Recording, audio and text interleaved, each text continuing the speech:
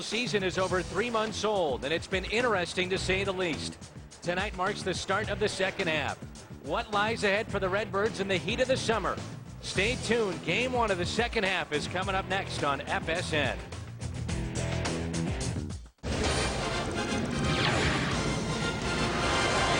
Hot night in St. Louis as Los Angeles makes their way to town. The first visit by the Dodgers, their only visit to St. Louis. They're 2 games back in the West. And the Cardinals lead the Central after the first half of the season by 4 games. With my partner Al Raboski, I'm Dan McLaughlin.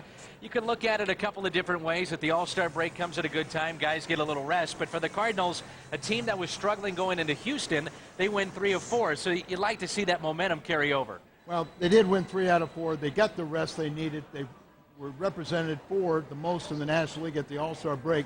And I think right now, psychologically, a ball club likes to see themselves in first place during the All-Star break and propel them into the second half. It was an outstanding first half for the Cardinals in many ways, and it was highlighted by Albert Pujols. Now, we're going to take a look at what he did earlier this season. April 13th, a little bit more spread out on the left, early July on the right.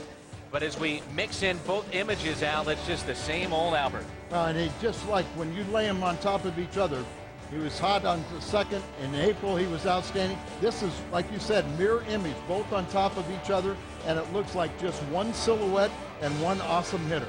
Now on the season, Pujols is hitting .316, 29 home runs, 76 driven in.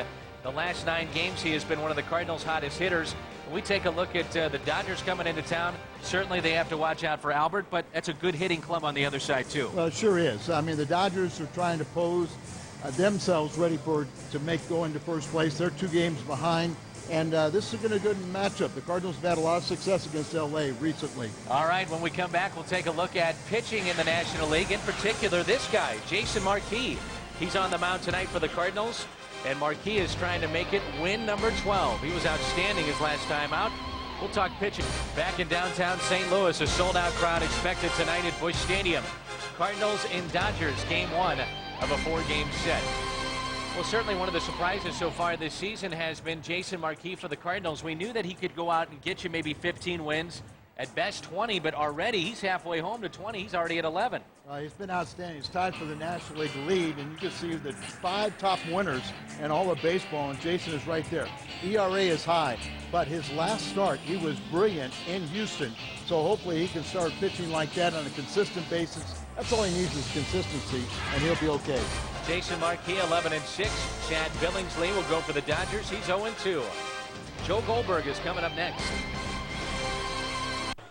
Joel Goldberg back at the Helitech studio. The trade deadline just over 2 weeks away, and really about 23 teams still in the race, whether it be division or wild card. Pittsburgh is definitely not. Neither are the Royals. Hard to believe the Cubs would trade with the Cardinals. Washington actually 9 back in the wild card, but there are 10 teams ahead of the Nats. Tampa, Baltimore, and Cleveland could be teams to look at as well. You know Walt Jocketty will be busy. This young man's going to have fun tonight. Dodgers and Cardinals next on FSN. Another big crowd to start the second half of the season here at Busch Stadium in St. Louis. Glad you're with us. Along with Al Raboski, I'm Dan McLaughlin. Los Angeles Dodgers, their lone visit to St. Louis. We take a look at their lineup, led by Rafael Furcal, a .361 average in his career against St. Louis, the former Brave. Then Kenny Lofton, Nomar Garciaparra, J.D. Drew, Jeff Kent. Ethier is the left fielder. Is Torres, who's moved from short to third. Martin is a young prospect that they like behind the plate, and Billingsley is the pitcher batting ninth. Jason Marquis with a record of 11-6, and his numbers out brought to you by Advance Auto Parts. Well, those 11 wins tied Tom Glavine for the National League lead. A high ERA, 5.55, and not a good strikeout to walk ratio, but we know if he finds that consistency, he could be some kind of a force and a consistent winner down the stretch and potentially a 20-game winner. Well, the Dodgers are hitting .318 as a team in the month of July. 9 games so far, 3rd best in the majors. But they don't hit many home runs, and Furcal reaches. And that's how we start the game. A little slap hit over Jason Marquis. And it's a base hit, infield hit for Rafael Furcal. Auto tire defense for the Cardinals. 7 wins at home this season for Marquis, tied for the best mark in the major leagues. And this is a lineup that is loaded with left-handed batters against the starter Billingsley. And that's a look at your Around the Horn, brought to you by Auto Tire. Rafael Furcal, a guy that you have to watch out for. 46 stolen bases for the Braves in 2005. And I'm sure some of that speed might have had a little effect on Marquis trying to field that ground ball. Good athlete Marquis, should have made that play. There's Kenny Lofton, so they've got some good speed at the top of this lineup. Lofton, no home runs, 20 driven in, and a .296 average. You just see him kind of eyeing the infield. His game is speed, as he's one of the active base stealer in major leagues right now, leader.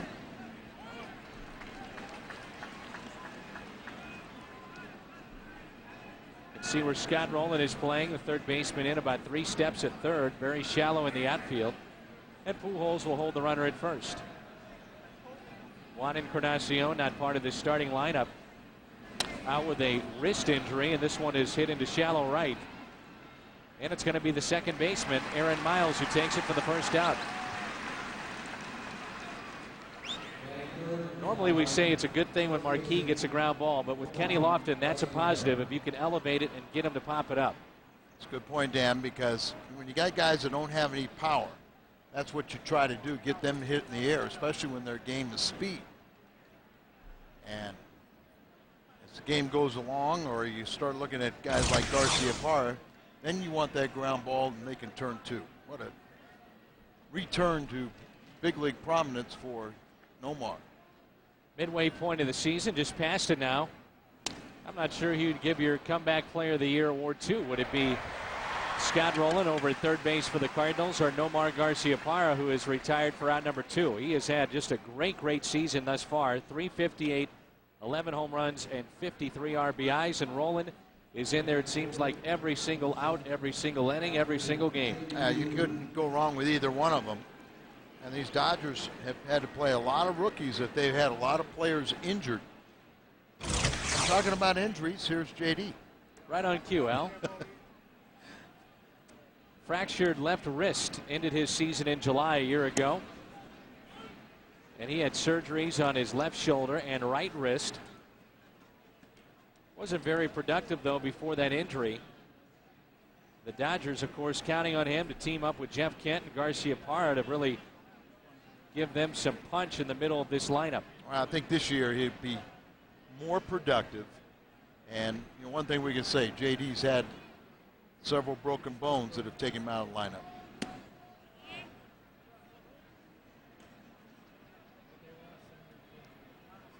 .324 his last 10 games. They had Milton Bradley, and with his history of controversy and confrontation, they traded him to the Oakland A's.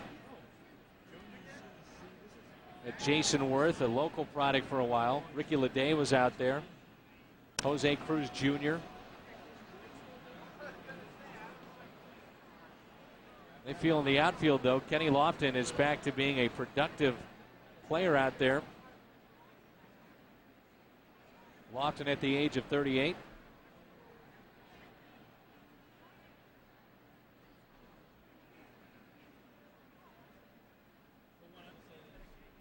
And JD has driven in 50 on the year. Second on the team with that RBI total. Third on the team with hits. Second on the team with walks.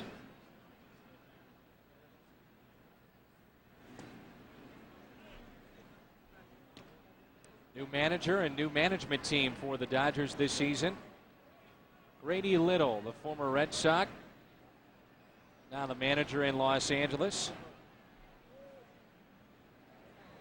Ned Colletti, a longtime assistant GM with the Giants, is now their general manager. Runner is going. It's picked by Molina, but a stolen base for Furcal, and he's in scoring position. And the count is 3-2, and he chose to run on the right pitch, a breaking ball from Marquis. Well, we know that JD is a good fastball hitter, so chances are, and Jason feels and credits his breaking ball as being one of the big pitches that helped him in his last start. So bounces it up there, a slower pitch, giving Furcal a great chance to steal, and that was his 22nd steal of the year. I don't know if you noticed, a little lightning overhead. Crowd did. We're tucked away in the booth. And apparently there is rain all over the area, but not overhead just yet. And one of the unsightly features right before the game, as you hear the thunder rattling, was to see the grounds crew take about 20 bags of Turfus, the drying agent, and store them down in the Dodger dugout. Not a good sign right before the game. Not at all. Another full count delivery to J.D. Drew on its way from Marquis. Little tapper, and that rolls foul. Jason trying to throw a lot of breaking balls, to throw the changeup to J.D. Drew, trying to stay away from a fastball. So much promise for J.D. Drew. And the Cardinals shipped him to Atlanta, 1 season with the Braves, home state of Georgia. He signed a 5-year, $55 million contract with Los Angeles. Despite all the injuries and the history of problems that he has had staying healthy, they gave him that deal. His agent, Steve Boris, is a season ticket holder for the Dodgers and the Angels, and so he's frequently there, always seeing there and talking to the general managers, and he's weaved his magic on several of them. And he has the ability, he's got such a big stable where he can talk general managers, you sign this guy, I'll get you the next one. And that's ball 4. With a breaking ball, he misses in the dirt. And the first walk issued by Marquis. You touched upon it during our open. His last start against Houston, arguably the best start of his season thus far. He was in command, and so much of what happens in the first inning depends on whether he wins or loses. But once he gets rolling, you know, he can shut down an offense. Dodgers had 20 rookies a season ago who saw playing time for the team, and at the age of 37, Jeff Kent led their team in just about every offensive category. This guy can flat out hit. It's a terrific RBI man. And he rips it out to left, and it's going to be caught. Spezio makes the catch. A couple line drive outs against Marquis. He'll take him. There's no score here in St. Louis. And between the Dodgers and the Cardinals, game 1 of 4 here in St. Louis. The Cardinals lineup brought to you by Southwest Airlines. 57 career games against the Dodgers for Roland, and a .321 average. Eckstein, Spezio, and Pujols, Roland, Edmonds, and Duncan, Molina, Miles, and Marquis. Chad Billingsley, the Rico starter for the Dodgers, a record of 0-2. I mentioned before that Tony La Russa has piled on with left-handed hitters in this lineup. That's where he has struggled this season. Well, he's only 21 years of age, his 6th major league start. He has been their minor league pitcher of the year the last couple of years for the Dodgers, a former #1 draft pick in the 2003 draft, 35-17 career record over 4 minor league seasons. Learning at the big league level. A fastball on the outside corner to David Eckstein, an all-star this season. He was added. Late addition by Phil Garner. He struck out in his lone plate appearance, and he singles to start the second half. Billingsley has a very good breaking ball, and the Cardinals' approach is to go out for his fastball, and Eckstein goes the opposite. Give you a look at the auto tire defense for Los Angeles. Jeff Kent, a .994 fielding percentage. That leads second baseman. Garcia Parra is former shortstop over at first base for Cal, who has made a ton of errors as their shortstop now. And Cesar Izturis, who is as sure-handed as anybody at short, is now over at third. One time when Kent was out,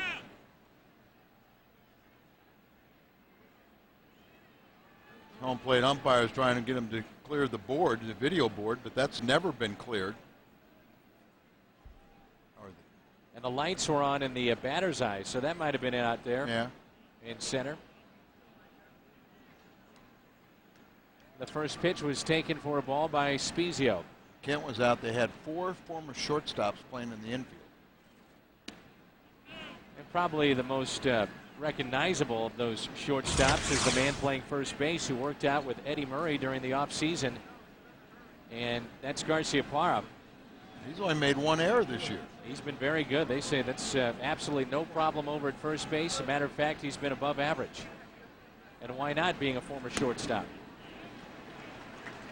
3-0 on Spezio, and Pujols on deck. Left-handed batters are hitting .379 against Chad Billingsley. Right-handers only .140 this season. Some more lightning overhead. Got this game going right now. The last thing either manager wants, especially with a young pitcher on the mound, is any type of delay. Billingsley has had excellent control in the minor leagues, but here he's had trouble. Got more walks than strikeouts. The 3-1 is hit out of play. And Eckstein was off with a pitch. He was running. Russell Martin is their catcher. And you mentioned that they've got some good-looking prospects, and he's one of them. Yes.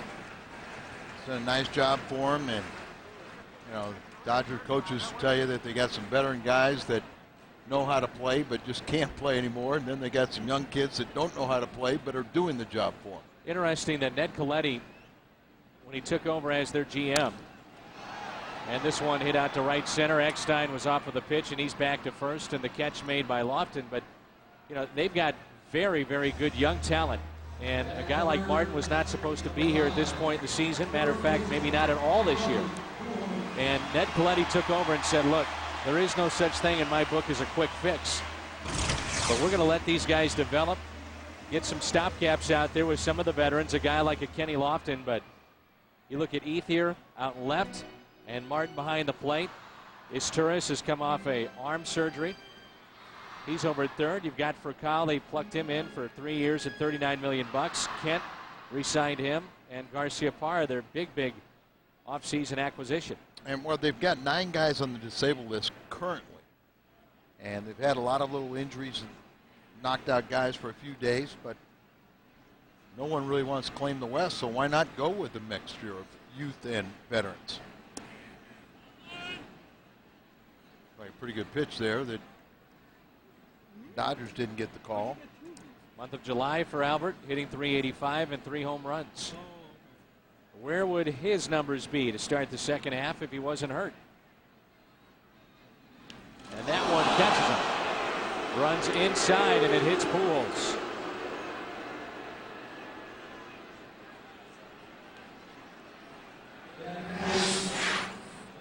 Set up inside, and the old philosophy that if you're going to miss inside to a power hitter, and he did. Got him on the hip, so a lot of protection there. Of course, for Scott Rowland, a collision with Hee-Sop Choi. Injured his shoulder, and you take a look at the numbers as he has had just a terrific first half, and very well could be your comeback player of the year along with Garcia Parra. Runners at first and second with 1 out. The first pitch is taken outside.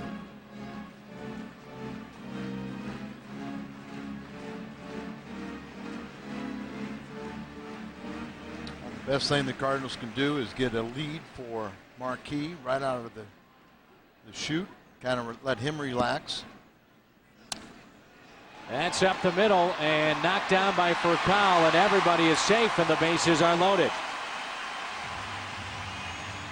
A hit for Rowland, and it brings in Edmonds. With the bases loaded and only 1 out. Furcal, you know, normally has such tremendous range. Ball was hit it up the middle, and it looked like it was slow in developing, and he really kind of got it more in the chest than out on the hand. Well, no, it wasn't the glove.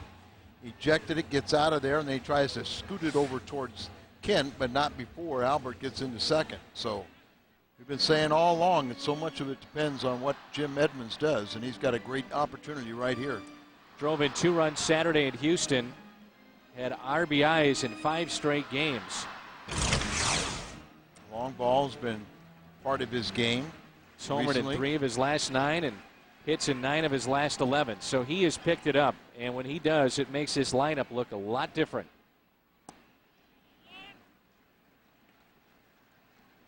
So the base is loaded with Eckstein, who singled up the middle. Pujols hit by a pitch. He stands at second, and an infield hit for Scott Rowland. Marquis watching from the Cardinal dugout. The 1-0 pitch taken upstairs.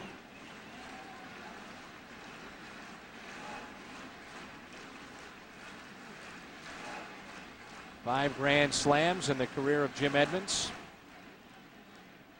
who again has talked about moving closer to the plate and dropping his hands a little bit.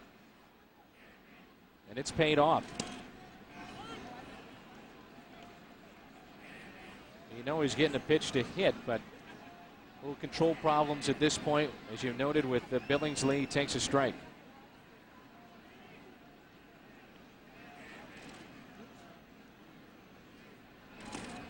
Three and one. And Edmonds now can wait for his perfect pitch. One of the equalizers for young pitchers is the ability to throw a breaking ball or an off-speed pitch when you're behind the count. But when you're struggling, you got the bases loaded, it becomes pretty predictable, or in Jim's mind, he's going to get a fastball. The 3-1 pitch. Chris Duncan is waiting on deck, and the count is full. So good chance early on here for the Cardinals.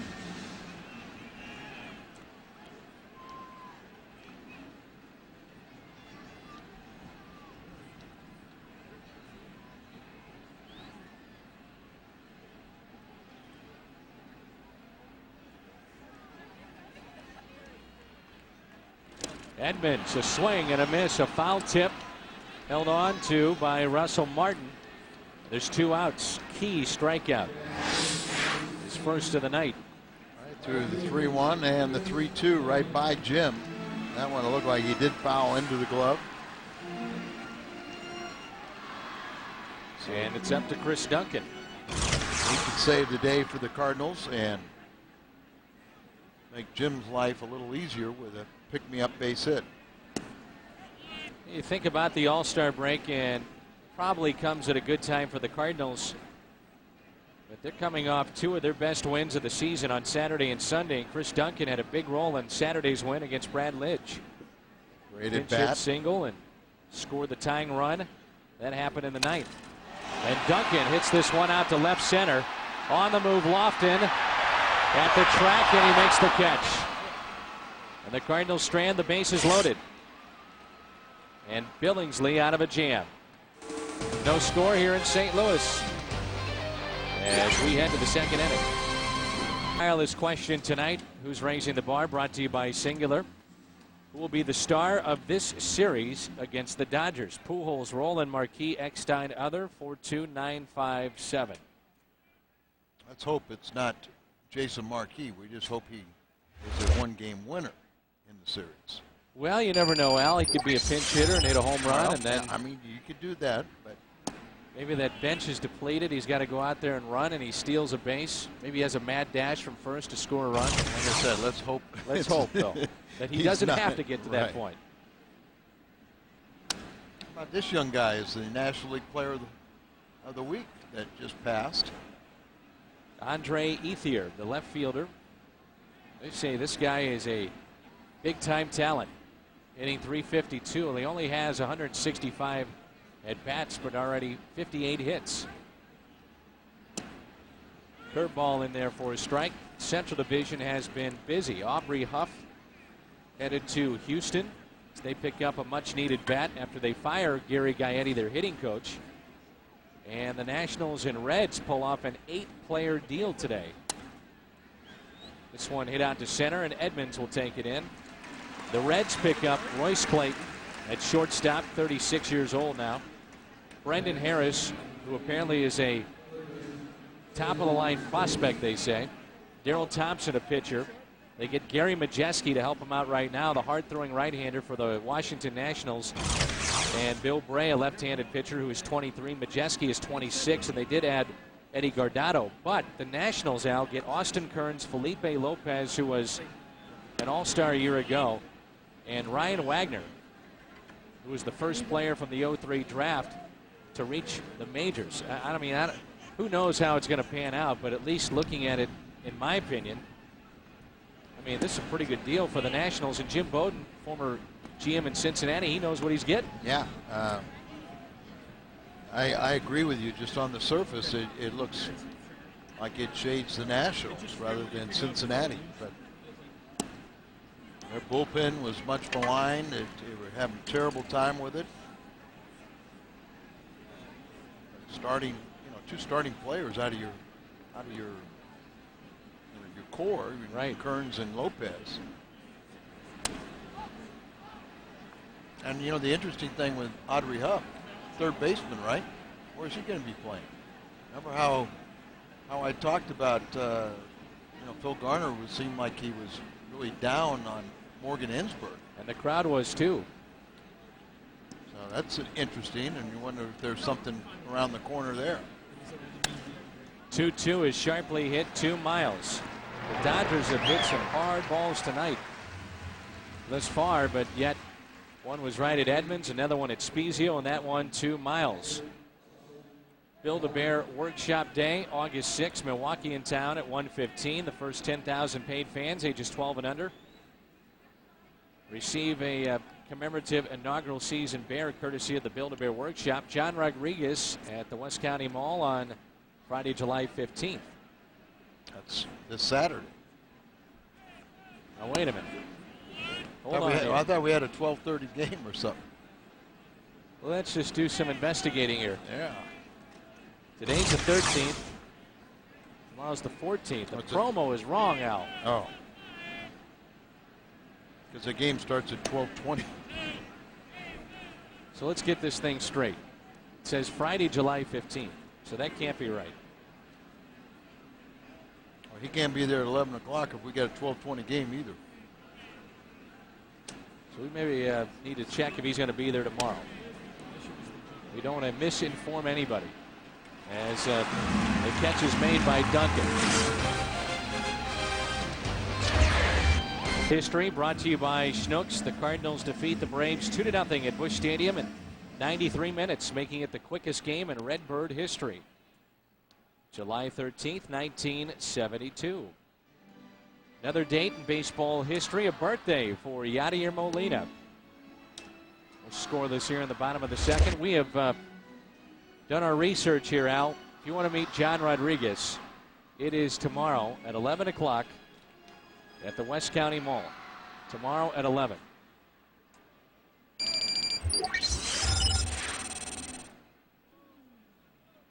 Got it?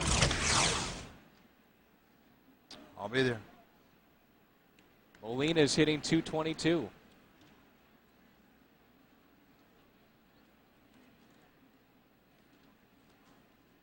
First pitch to him is taken for a ball, up and away.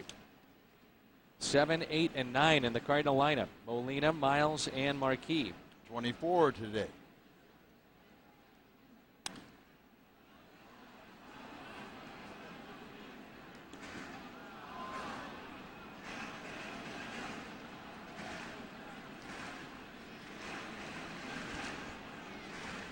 How about the play?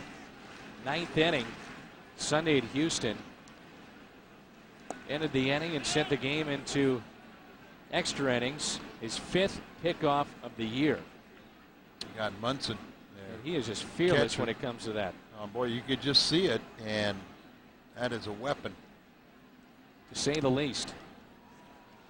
It's not just 5 times doing it, and the scouting reports say don't stray, but it's when he's doing it. He ended a game in San Diego with it. Yeah. And it's a chancy play the way that he did it in the 9th inning Sunday night at Houston. It was a tie game in the 9th and a runner at second base. And you kind of wonder where Munson's going from first. Well, that's where you can get them because they think that they're safe. Sharply hit out to left. And it's cut off by Ethier. And Molina starts things off with a base hit and the Cardinals' 3rd hit tonight. One thing to note, the running speed of Molina, but Ethier, the left fielder, not only has he got that great average and doing all things offensively for among rookies, but he also ties the National League lead with assists with 5 among National League outfielders. Aaron Miles, back-to-back days against the Astros, and boy, were they big at bats. Pinch hit double, scored 2 for the win in the 12th inning Sunday night. Great at bat in the 9th inning Saturday that led to an RBI single that tied the game. You mentioned it when we started that series with Houston. The Cardinals do not fear Brad Lidge. Clearly evident in both those games. I mean, and that's not to take anything away from Brad Lidge, because he's been a great closer, but the Cardinals have had some success, or at least they've hit him hard and make loud outs when they don't get base hits, and so it's kind of like a feeling where, okay, he's coming in here, it's going to be a nice challenge, but we're ready for it. Mentioned before that Gary Gaetti fired as the hitting coach. A little shakeup with the Astros. So you fire the hitting coach. Yeah, well, you can't fire all the players, and they are last in the National League in hitting. So your hitting coach is the guy that suffers. The team that didn't make any moves, and a lot of people thought that they would, the Chicago Cubs. That includes players and staff. Well, I think things remain to be seen. Remember, that trading deadline means something, but it's also, you know,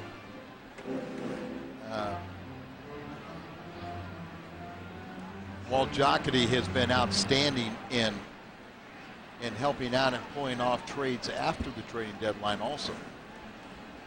Molina on his way to second base, and goodbye. Know your running speed. Took a secondary lead, saw the ball got away from Martin, but know your running speed. So there's a secondary lead, takes off, and no contest. Gets away, but keeps it close enough to where he can throw out a slow-footed runner, and bad play. 1-2 the count on Miles with Marquis on deck. And he just got a piece. Stays alive. And it's starting to rain here at the ballpark.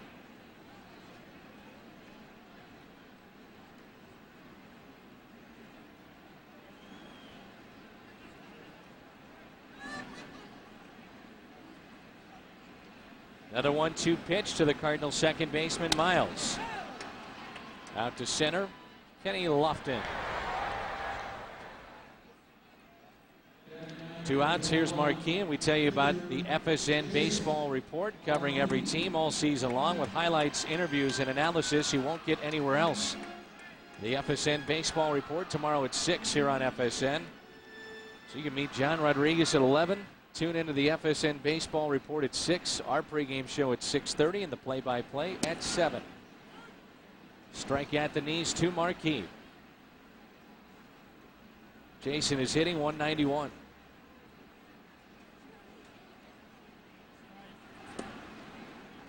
Swings through a breaking ball, 0-2. And some of the folks start heading for the exits.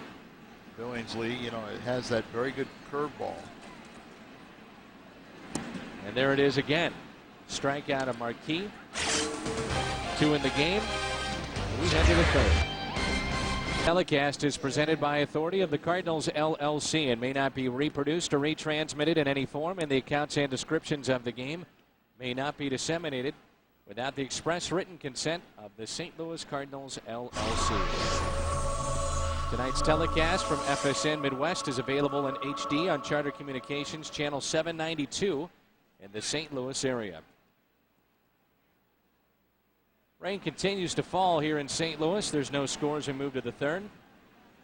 Well, you are a powerful man. And how do you figure that?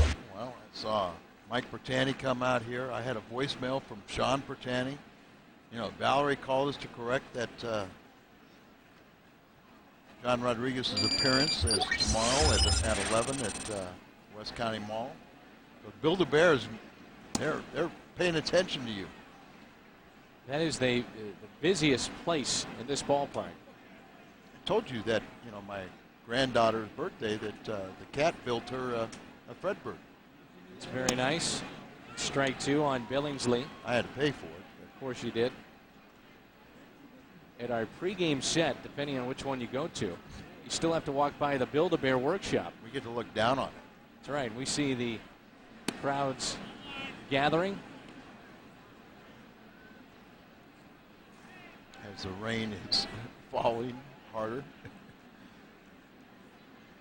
Here's a 1-2 pitch by Jason Marquis. Billingsley stays alive. And a nice catch is made by a fan to our right. With a glove or an umbrella?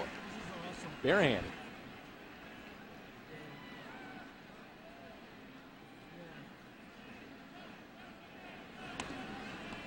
He just gets a piece.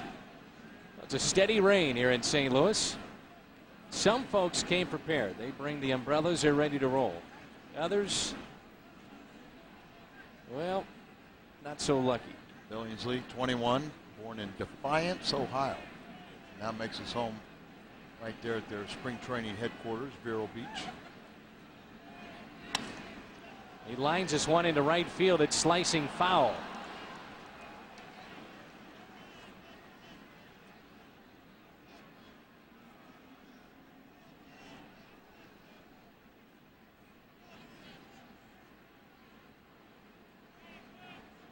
Prepared to unprepared.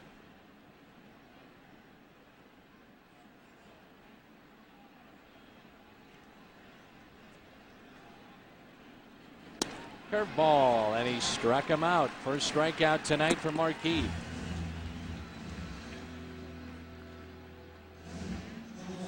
If you take away 4 games in which Marquis allowed 7 or more runs, he is 11-2. And it's those 4 games that have ballooned the ERA to nearly 6 on the year.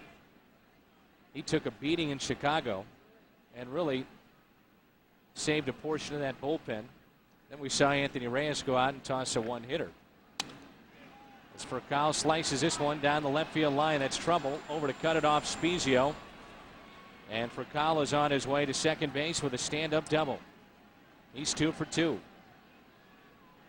Former teammates in Atlanta, Marquis and Furcal, and Furcal's had good success against Jason. He's an exciting player. Slicing that ball. He's a switch hitter, but slicing it into the left field corner. Spezio cuts it off, and you treacherous out there as you saw him trying to stop his momentum going into the corner. When I see Kenny Lofton, I think of Mike Crudell, former Cardinal reliever. Those two were going at it postseason play a few years ago. Lofton with the Giants and Crudell with St. Louis. You know, I think of Steve Klein. That's another one. They were teammates in the Cleveland organization, but Kenny had a couple successful at-bats late in season, postseason plays against Klein.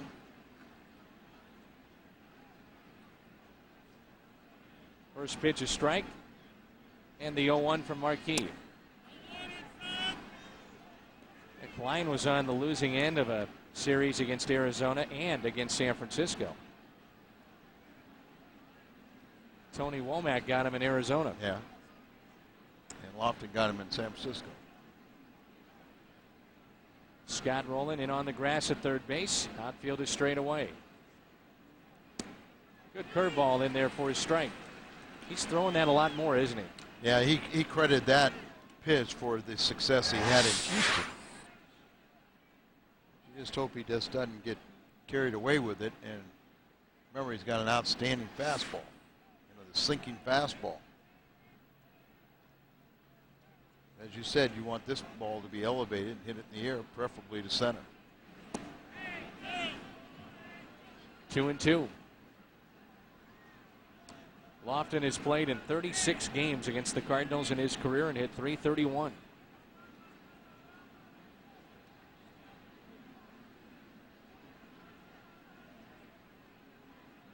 Where is Mike Crudell these days?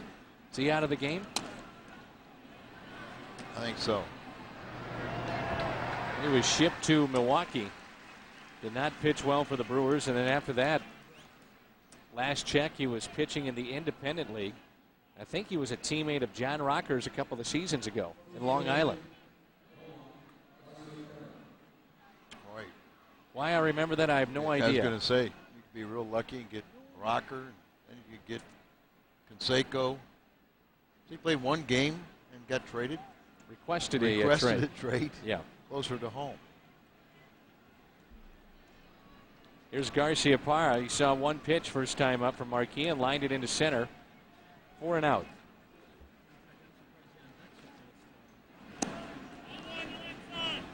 He's going to be a movie star. Who? Canseco. I saw that. We know he's an author. He's going to take the book and make a movie out of it.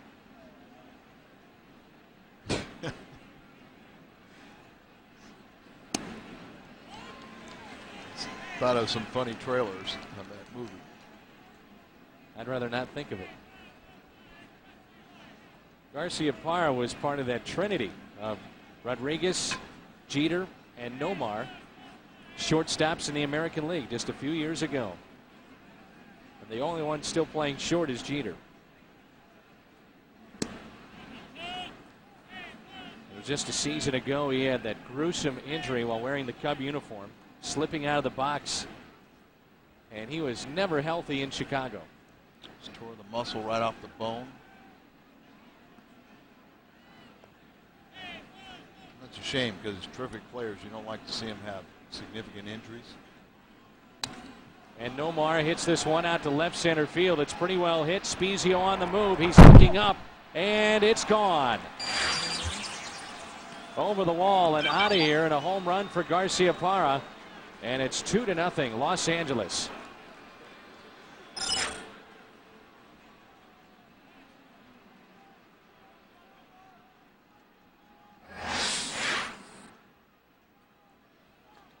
Garcia Parra gets that breaking ball and hits it out to left center, and it's a 2-run home run just into the shrubbery, just beyond the reach of Spezio, and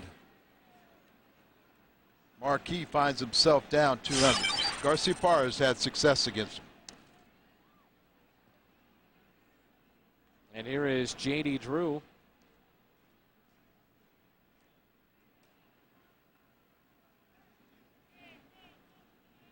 He walked his first time up. So Garcia Parra with his 12th home run, and J.D. hits it sharply to second, taken by Miles.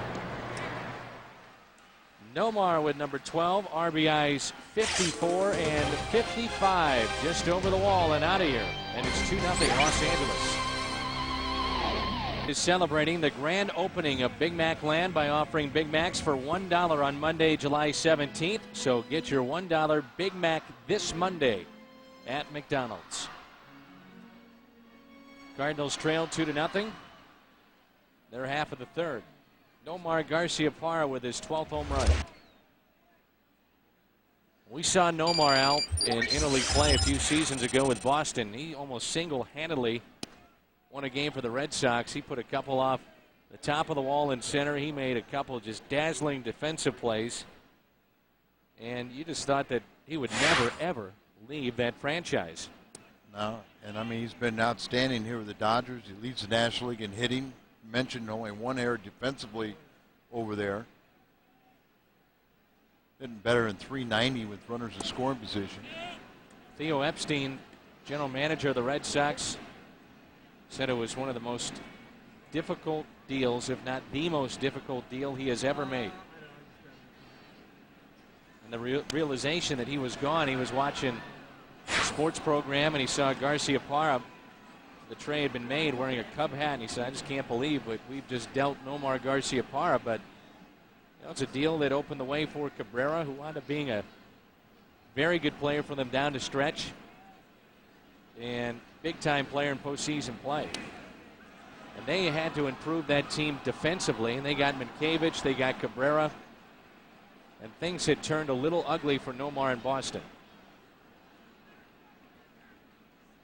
$60 million deal had been on the table for quite some time, but he was seeing the deals that Rodriguez was getting, which was astronomical, and Jeter signed for $189 million, and Nomar is saying, wait a minute, I'm right there with him. I think you take the 60 now. I think you would. But, things happen. The shortstop parade and what led Eckstein coming here. A ball up and in. All trickled down.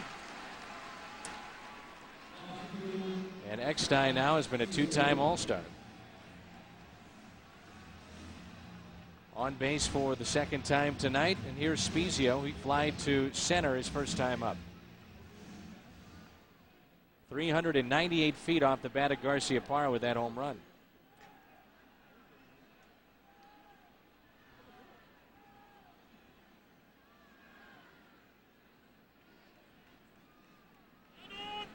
Prior to the game tonight, Jeff Weaver threw on the side a bullpen session, and Tony La Russa saw it.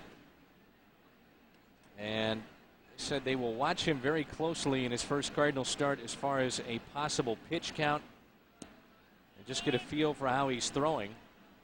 And Weaver will make his Cardinal debut against the Braves on Monday. It's talking to Rick Honeycutt, the new pitching coach for the Dodgers. And he said he had seen Jeff quite a bit the last couple of years, and he thinks he'll do very well coming back to the National League. Good competitor. He felt that he kind of had started throwing a lot of change-ups, and we've been under the impression that he's trying to regain the form on the slider. So they feel that he's healthy, and be an interesting reclamation project for Dave Duncan. And for Weaver, it's back in the National League. And Sidney Ponson apparently today signed with the Yankees. Right. Remember when Chuck Finley was with the Cardinals, and at the very end of that year, he said, if you do come back, would you go to the American League? He said, are you kidding me? Absolutely not. He said, I love this National League. He said, if I come back, I'm going to play for a National League team. So back-to-back walks to start the third. He's already hit a man as well. And now it brings in Pujols. And Pujols was the man that was hit. Well, what have you done for us lately, Albert? Besides everything and plenty. He's got 29 home runs, 76 driven in.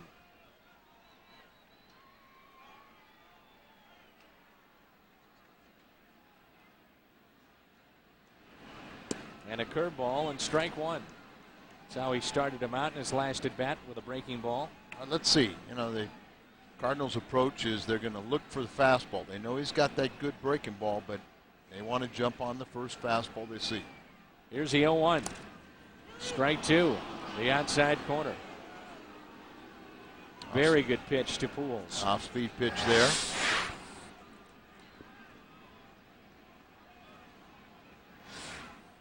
That's a good pitch. I heard Rick Honeycutt talking about Billingsley, and he said something that I haven't heard a pitching coach say for a long time.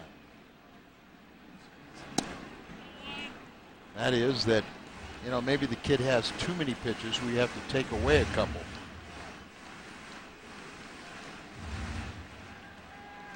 Sometimes people are obsessed with having a multitude of pitches, and what the pitching coach is saying, well, let's get rid of some of those mediocre ones. Albert reaches for it, slowly hit to third. The play is made by Izturis. You're getting a very good shortstop defensively moving over to third base, and this team looks better defensively. Yeah, at times they can really get in trouble with their gloves, and yet their interior defense has seemed like with the multitude of shortstops that they have, it's been so much better.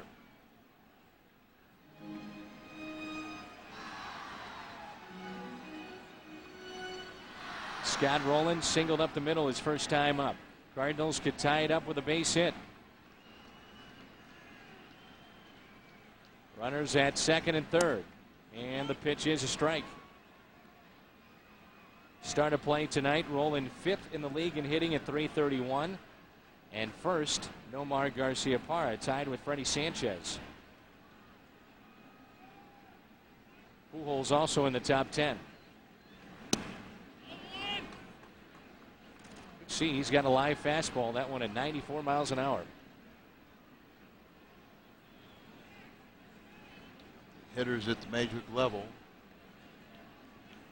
see enough of that, they'll turn it around.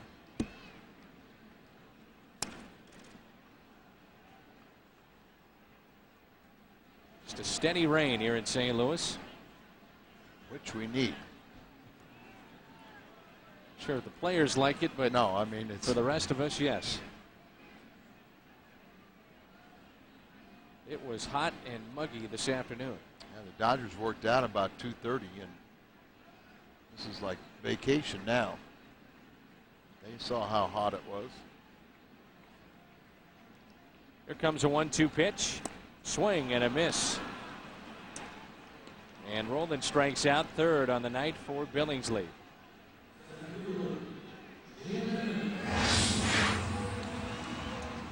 Bad at bat as he swings at a wild pitch with runners in scoring position.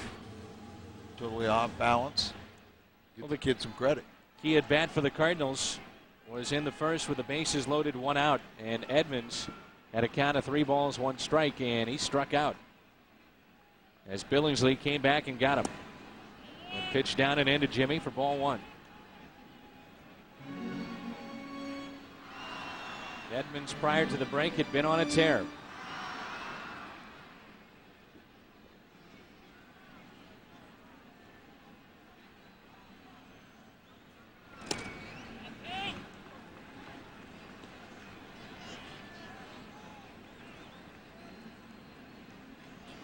His average just under 300 and facing right-handed.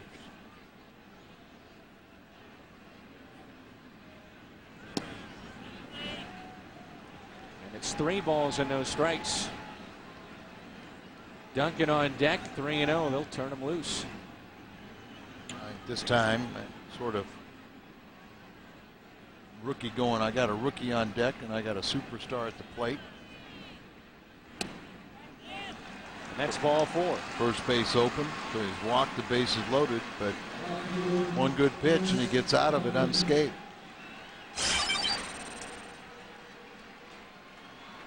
See the pitch count already at 60 for Billingsley. As you mentioned, Al, he has walked the bases loaded. He's walked Eckstein, Spezio, and Edmonds. Got a ground out off the bat of Pujols, and he struck out Scott Rowland. There's Rick Honeycutt, former Cardinal, and been in their minor league system for quite a few years since really retiring. And he's a new grandfather. His daughter Holly presented him with a baby on July the 7th. He makes his home around the Chattanooga area. And Rick finished up with the Cardinals in 96 and 97. Eckstein, Spezio, Edmonds. You saw the home plate umpire just ask Billingsley if he had full traction on the mound. Maybe in between innings they'll have the ground crew out there and doctor a little bit, but he said, I'm fine right now. Pitcher has that right to tell the umpire he can't. Duncan out to left, 1 pitch, and he gets out of it after the visit with Honeycutt. So for the second time tonight, the Cardinals have stranded the bases loaded. To STLCardinals.com, you can now view and purchase a historical collectible honoring 2 of the greatest players to have ever worn the Cardinal uniform. Albert Pujols, Stan the Man, and they're collectible. It's signed by both, and it goes for $1,500. You can find out more at STLCardinals.com. 4th inning is upon us. Jeff Kent, Andre Ethier, and Cesar Izturis. Kent, it seems like, has just killed the Cardinals over the years. San Francisco, Houston, now Los Angeles. He's got 21 career homers against the Birds. About 1,355 RBIs. And some people say 0 friends in the game of baseball. Well, he was quoted as saying one time his goal was to play a long career and never make a friend. Some people have said he's accomplished it too. He can play. Yes, he can. He can hit. Well, before they got Garciaparra, the idea was to play, at least the possibility was there to play Ken at first base. But he has been their everyday second baseman. 340 career home runs. Mentioned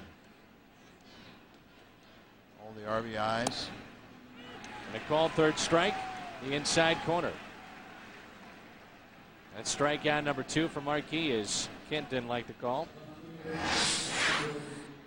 He's had good success against Marquis in the past, but 0 for 2 tonight. He throws that sinking fastball down and in. Brady Little, the 25th manager in Dodgers history. They had one for a long time. Walt Olson.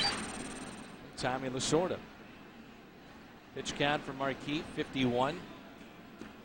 And Grady, of course, will forever be linked with Pedro Martinez, or the American League Championship Series. Leaving Pedro in there a little too long. And that was it. He was done in Beantown. Good baseball man, been around a long time, didn't stay unemployed long.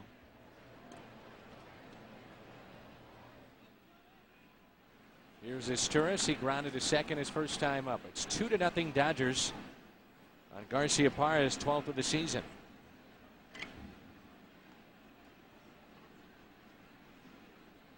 Marquis trying to have a quick inning. The rain continues to fall.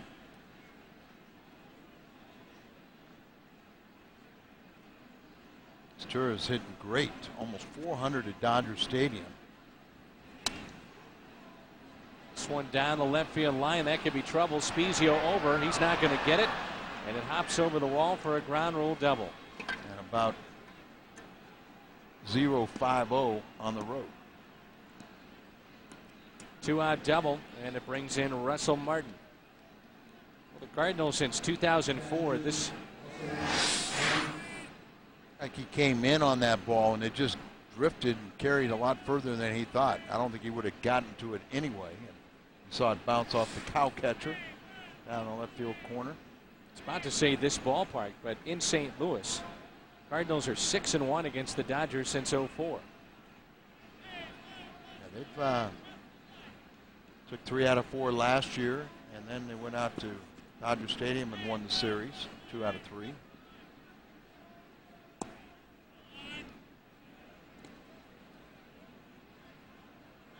A couple of years ago, something that Larry Walker brought over from his hockey days, shaking hands after the series was over. Saw that, and it's a nice gesture. I don't think I would have liked it when I played. Depends on what end you're on. You know, there's something about having a mystique. It doesn't happen today because it's almost like the Players Association tells everyone, hey, we all got it good, let's don't get anybody hurt. But in the old days, you didn't like the opposition. That was the enemy. You played to win. I like it. Bob Gibson would just as soon hit you than shake your hand if you're wearing an opposing uniform. It's considered one of the great traditions in the game of hockey, and it was nice to see, in my opinion, with what we saw a couple years ago against the Dodgers. The 3-0 pitch, and that's ball 4 with the pitcher on deck.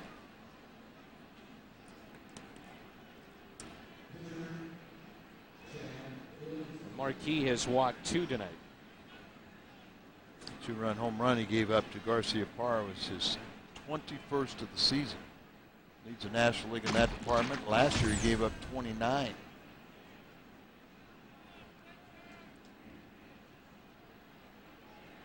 Runners at first and second with 2 outs here in the 4th. And the nice scoreboard is going to give us a weather report. Ouch.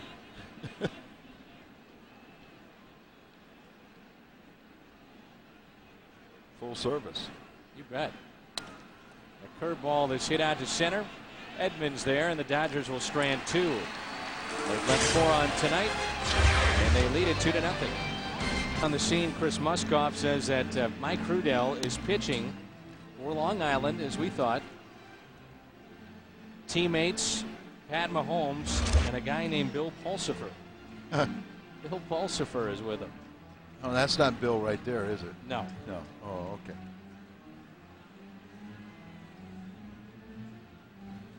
Glimpse into the future, maybe, for Bill. Here's Molina. He'll lead it off. Cardinals trail 2-0 here in the bottom half of the 4th. Cardinals, after the All-Star break a season ago, went 44-30. And the Dodgers, after a pretty good first half, the other direction, 31-43. Molina singled into left his first time up. Cardinals have averaged 42 and 32 after the All-Star break under Tony La Russa. Hit to short and taken by Furcal, who has a rocket for an arm. Doesn't show it off there, but you look at him, not big in his size, and this guy has a rocket, and so does that man, the Yadier Molina.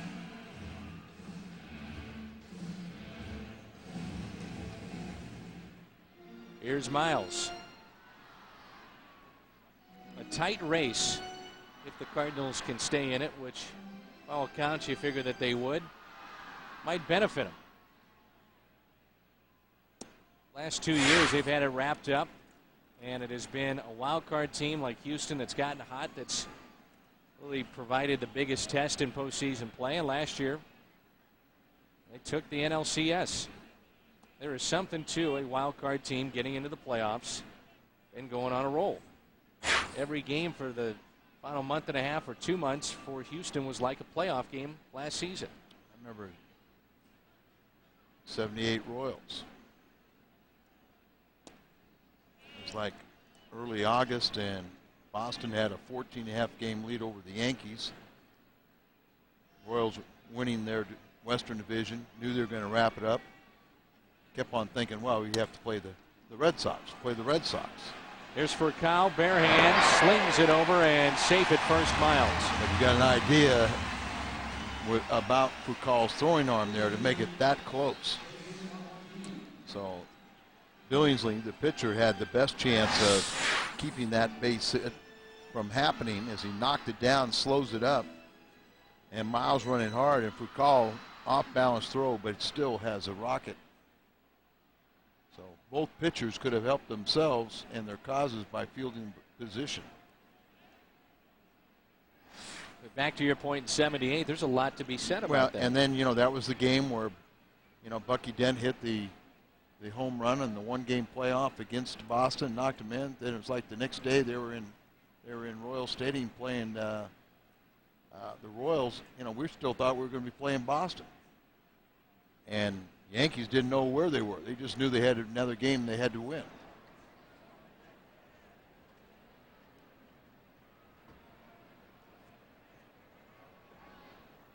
They won that first game. That was when it was 3 out of 5, first round. Marquis lines it, pass for Kyle and into center field.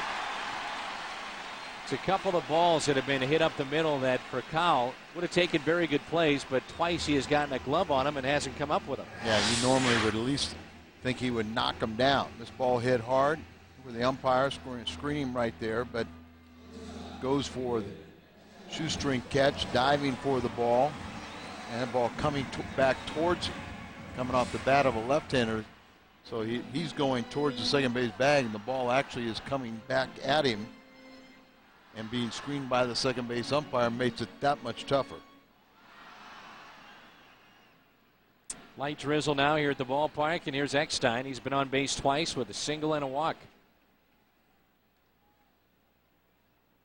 Runners at first and second. The Cardinals have had opportunities early in this game already. And David hits it down the right field line and out of play. Going back to the base hit by Marquis, it's a tough running play for Miles because he's not sure. So you watch the second base umpire, good position, immediately calls that it's safe, that that the ball that was not caught, it went through, and that helps out the base runner so he can know that, okay, I'm not going to get doubled off on a line drive. It's important for him to know whether it's caught or whether it's not.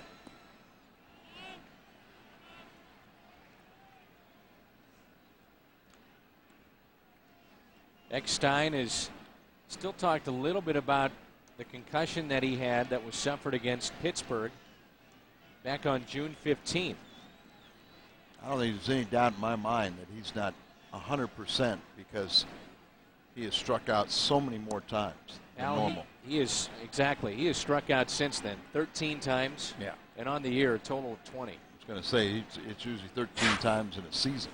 And his average has dipped to 277 in those 20 games since the 15th of June.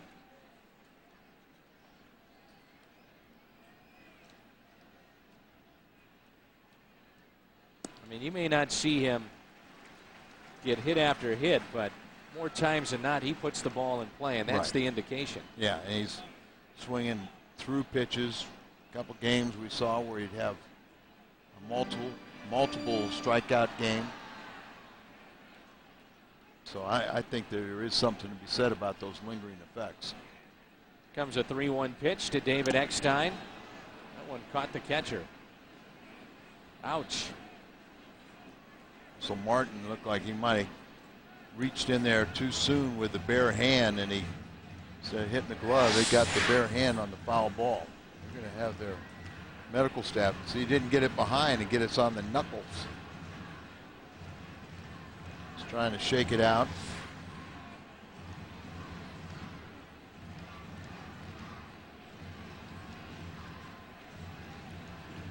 We also have our buddy here, Sandy Alomar Jr. Catcher who's hitting very well for the Dodgers. Grady Little. Seems they're going to let him throw a few too, just to get a feel back. Well, first of all, he's going to grip it and just try to get a little feeling back in there just by playing with that baseball and trying to shake it loose, and then you wouldn't be surprised, and now he'll make a throw or two. A little hump in that throw back to the pitcher.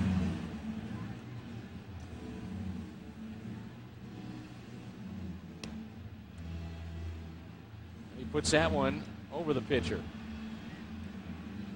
How about that? Our Aflac trivia question tonight. He took 4 tosses there behind the plate. Yadier Molina leads the majors with 5 pickoffs this season. Who is second?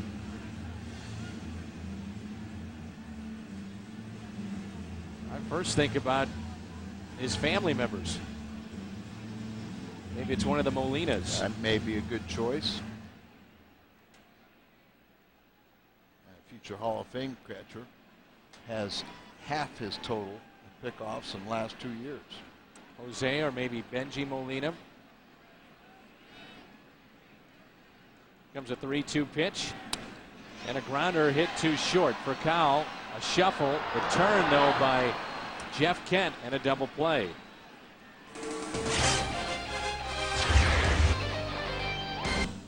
Take a look at our Aflac trivia question. Yadier Molina has 5 pickoffs. Who is second? It stays in the family. Jose Molina, Anaheim with 3 pickoffs. Our What's on Tap brought to you by Bud Light. Derek Lowe, former Red Sox, 7-5 on the year against Chris Carpenter. That's a good matchup tomorrow night here on FSN at 6:30. Initially, when watching this double play, and you're going to see that for Cowell underhanded, I thought he could have 3-quartered it or got it overhand a little bit quicker to second base and leaves Kent kind of hung out to dry. Yeah, it's a little bit too far of a throw to be doing an underhand. You've got enough distance where you can throw it gently overhand and not surprise your second baseman. Marquis trying to semi-roll into him to disrupt the repeat throw. One little fact about Molina, he leads the major leagues with 14 pickoffs. This is over the last 2 seasons. And that's double what future Hall of Famer Ivan Rodriguez for Detroit. He ranks second with 7. Something else. Here comes a 1-0 pitch, and it's pulled foul off the bat of Rafael Furcal. We're back to the top of the order. Lead man at first and second. You see that Miles is looking back here to see if that ball goes through. Obviously, that slows down his forward progress. It didn't matter on the double play, but it might have mattered if the ball got through. That third base coach will let you know what you're supposed to do. Third time that Furcal has been on. He's 3 for 3. I thought it would have been interesting to maybe start the runners with first and second, and after the catcher had just taken a foul tip off his throwing hand, and he put one on 4 tosses back to the pitcher over his head. And it would have been interesting because you had Miles on there and also Marquis, and maybe the pitcher doesn't realize a guy like Marquis is a pretty good athlete and can run. Yeah, but the one thing Tony might be thinking is you got a pitcher out there that hadn't demonstrated the best control, so he may not give a pitch. But your point being that even if it's a bad pitch, it's going to be hard to get a good throw on it. And to carry it step forward, what you're saying is like not knowing that Marquis is a great athlete. To third is a shorter throw, but thinking that the trailing runner, the pitcher, maybe just trotting down to second, and that might be the easiest one to get out. Right. But interesting thought. And after the double play, I wish we would have tried it. Me too. Kenny Lofton.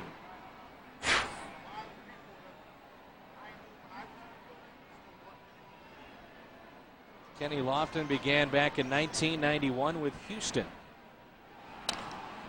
Smokes this one out to right center field. On the move, Edmonds, and he's going to make the catch. Good play by Jimmy out in right center field. Long run, wet track, and Jim closed the gap. I think he also knows with Duncan out there in right field that he's the only one that has the ability to get close to it. And the 8-time Gold Glover, glides. Look where he's in the background. You see he took a step and then he had the angle and he turns on the afterburners a little bit to get there.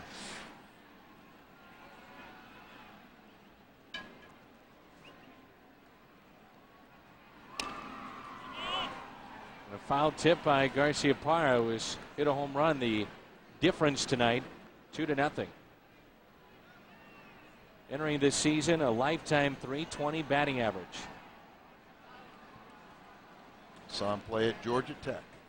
Did you really? Yep.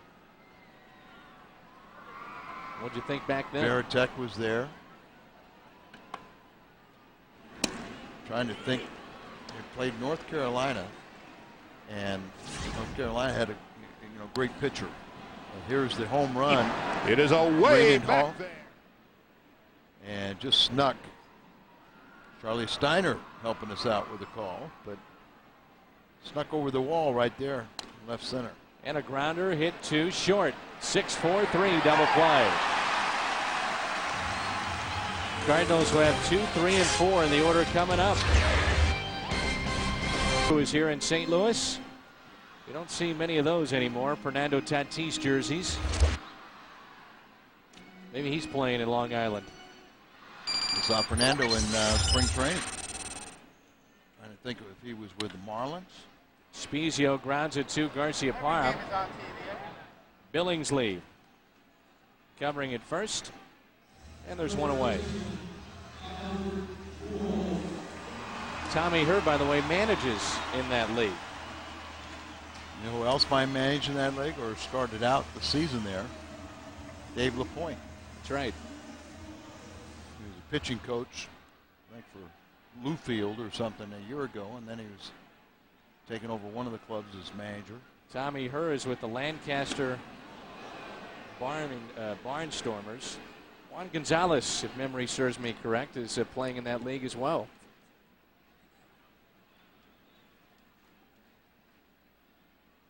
First 2 at-bats for Albert. He saw breaking balls on the first pitch. That one, high-octane gas up and in. Another fastball, and that one in there for a strike. 1-1.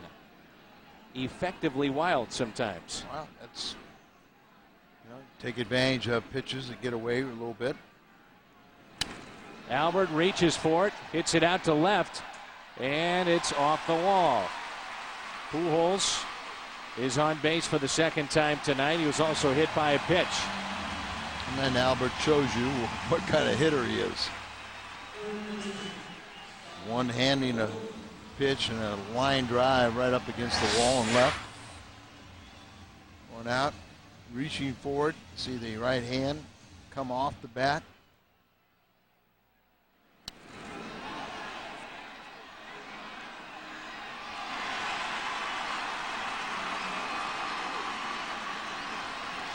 Ball just jumps off his bat for a double.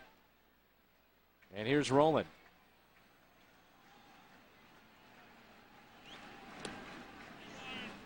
Cardinals had the bases loaded in the first, could not score. And they had bases loaded in the third.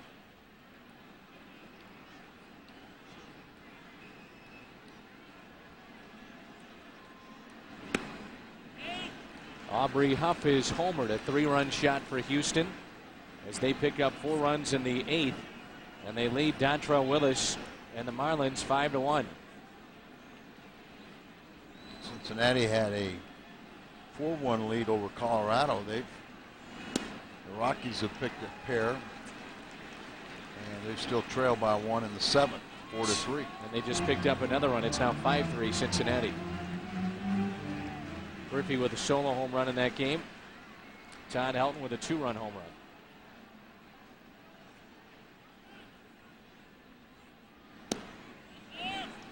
That's ball 4 to Roland.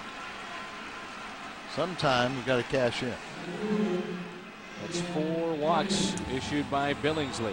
4 walks, a hit batsman, and 6 Cardinal hits. Brings out Rick Cunningham, or is that that's the manager, Grady Little. It's only 83 pitches, but I'm sure he's going to kind of say, young man, if you want to stay here in the big league level, we have to throw strikes. You're lucky you have a 2-0 lead to this point.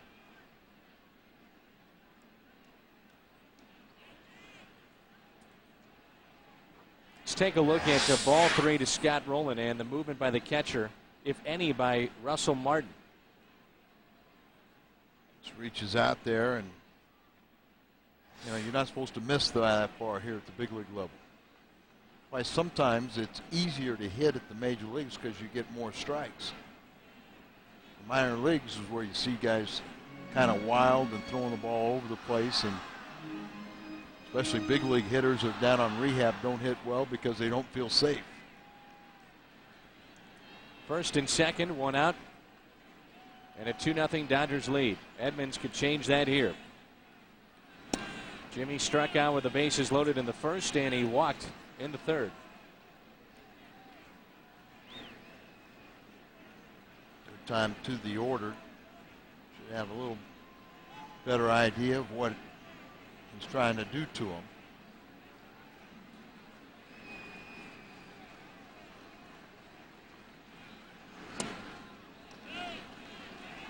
Two and 0. Carrera, right-hander thrown in the bullpen. Diamante Carrera. 2 balls and no strikes. Jimmy should be getting some to go hacking at here. Got to get a strike over the plate. What does he do with it? Ooh, he was thinking along those lines.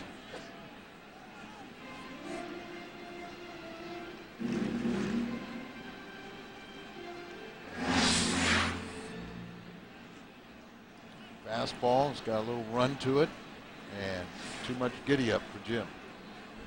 The 2-1. He's going to check on Pujols at second.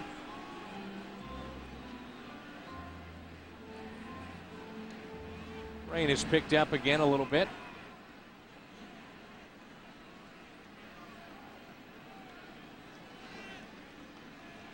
The 2-1 pitch. Inside to Jim Edmonds. Chris Duncan waiting on deck. That 3-1 count again.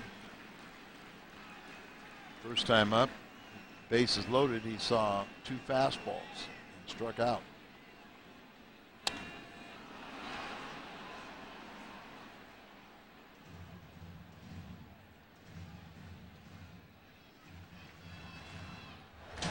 Devontae Carrera.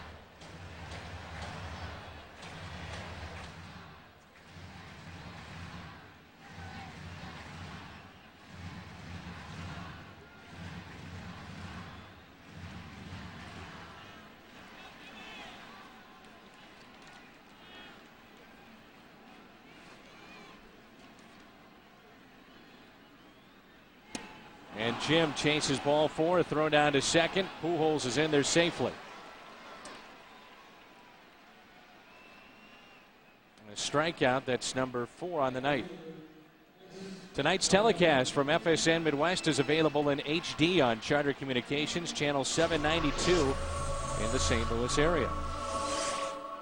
Cardinals tonight already, we're not even through 5, have stranded 7 runners. But at some point, as Al told you, they got to cash in. Well, Duncan's stranded 6, but both times he's hit the ball well. Fly ball at the wall in center field in the first, and a line drive to left in the third.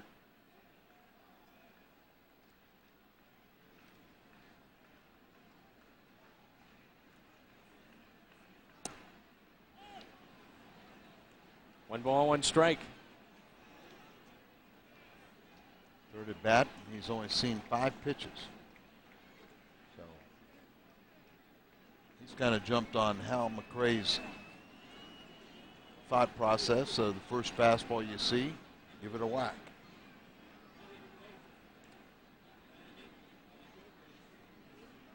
A 1-1 pitch, instead another check on Pujols.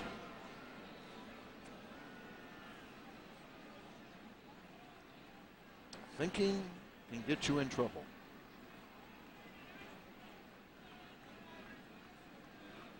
Good breaking ball there.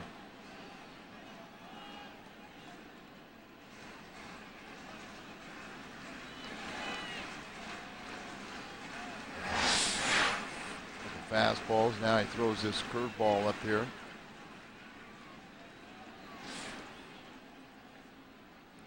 1-2 pitch to Duncan. Another breaking ball.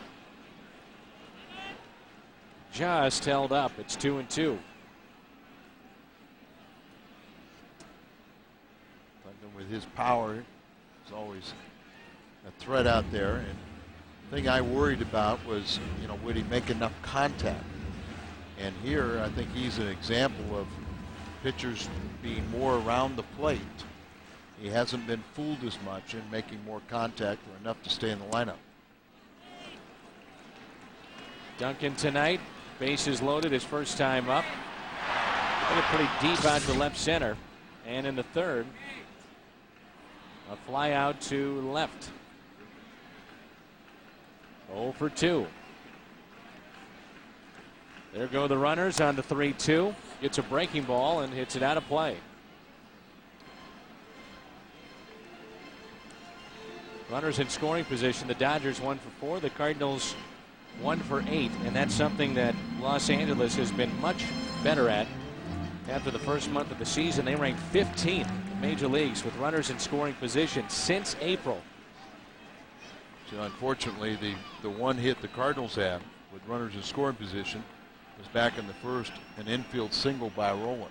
Since April, the Dodgers are first in the majors. That's ball 4. Another walk. And another time that the bases have been loaded.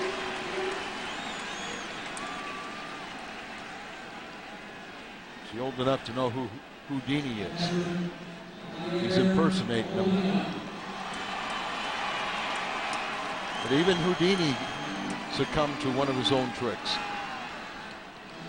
The bases loaded again. That's 5 walks handed out. He's also hit a man. Pitch count at 96 for Chad Billingsley. Molina, first pitch, taps it to third. And the Dodgers are out of it. St. Louis is stranded 10 on.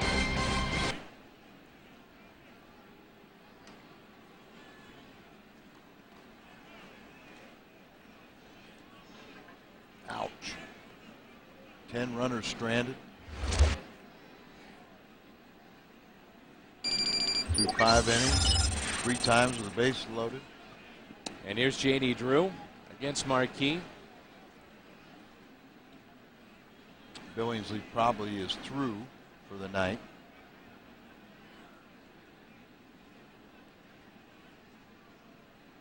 You're wondering about Eric Gagne, the outstanding closer for the Dodgers. He is through for the year. He's herniated disc. Back problems and arm problems the last couple of seasons.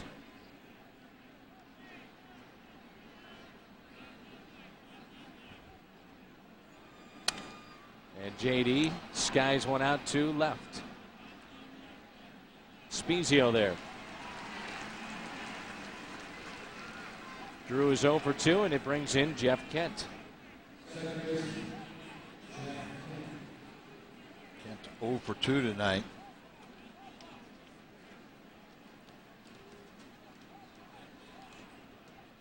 He was 8 for 16 coming in against Marquis.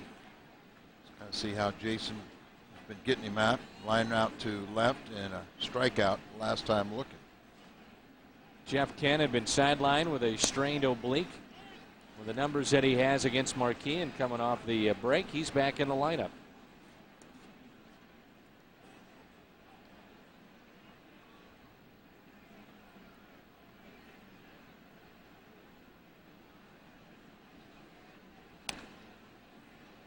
And it's 0-2.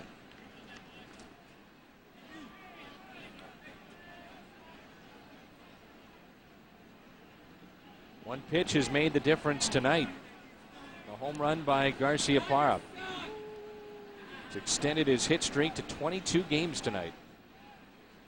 It's the longest right now in the bigs. And second longest to Renteria's 23 earlier for Atlanta. And that starts the season. Started the season that way. 1-2 the count.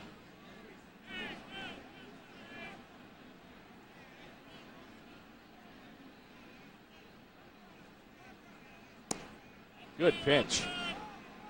He doesn't get the call, and it's 2-2.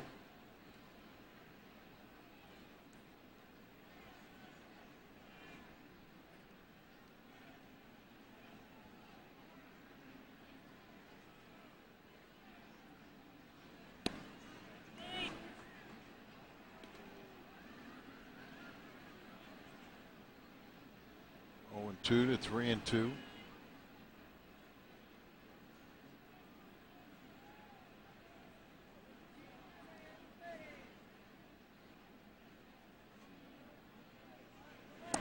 And he struck him out. Kent strikes out for the second time tonight. He's 0 for 3. Let's go pitch by pitch, and this is brought to you by your Mid-America Chevrolet dealers. Went after him with a fastball to get ahead. Then he comes back and throws an off-speed pitch. Then he's kind of trying to trick him out there. There's a good curveball out there. Then he got breaking ball, got away from him, and finishes off with a slider. Good location down and away like that. Good sinking action on that fastball.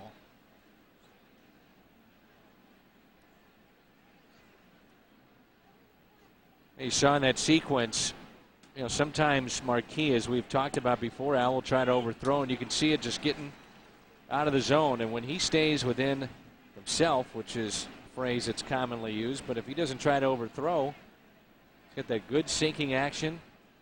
91, 92 miles an hour. He's mixed in the curveball, and there it is again. And he strikes out Ethier. 4 strikeouts tonight for Marquis, and it's 2-0 Dodgers. This hot pitch of the game is brought to you by Hardee's. Jason Marquis facing last week's National League Player of the Week, and it gets him on the off-speed pitch. And his strikeout right there. And our call to the bullpen is brought to you by your Mid-America Chevrolet dealers. Giovanni Carrara. This will be his 4th appearance. 1.93 ERA, and he's part of a double switch as Ramon Martinez takes over at second base for Jeff Kent.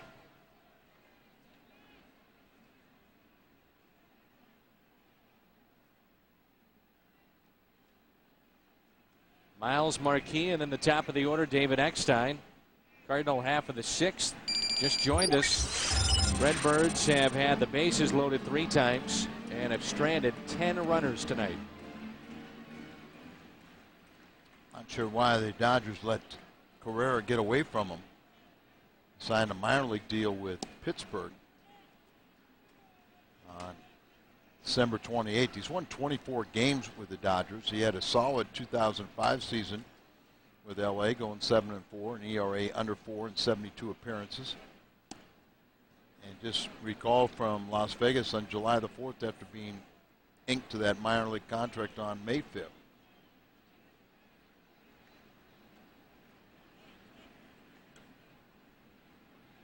The 0-2 pitch. Miles slaps it to third. Turris over to Garcia Parra. Aaron 1 for 3, and it brings in Marquis, who's 1 for 2. Marquis on the losing side of a 2-0 game, and LA starter knocked himself out. Pitch count got up there for a 21-year-old. 5 shutout innings, but boy, he dodged some bullets. Sure did. All the walks, and they were piling up as he walked 5 in the game. He also hit a man. Gave up six hits. Marquis out to center. Kenny Lofton will back up and make the catch for out number 2. And it brings in Eckstein, who's been on base twice tonight. He's grounded into a double play, walked and singled.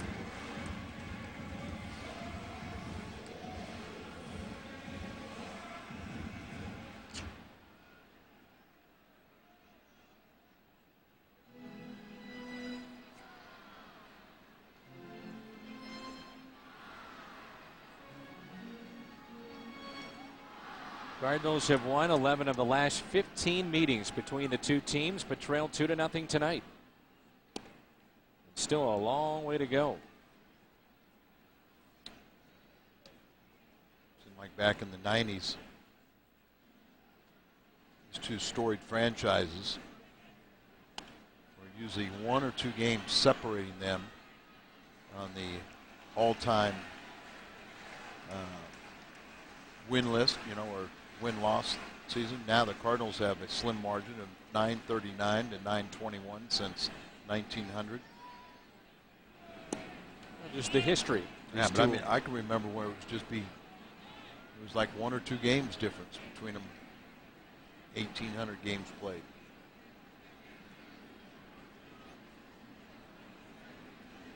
Despite the struggles of the Cardinals, they have led the National League Central for all but 1 day since May 13th. That one is put away, and Eckstein retired. And we head to the 7th.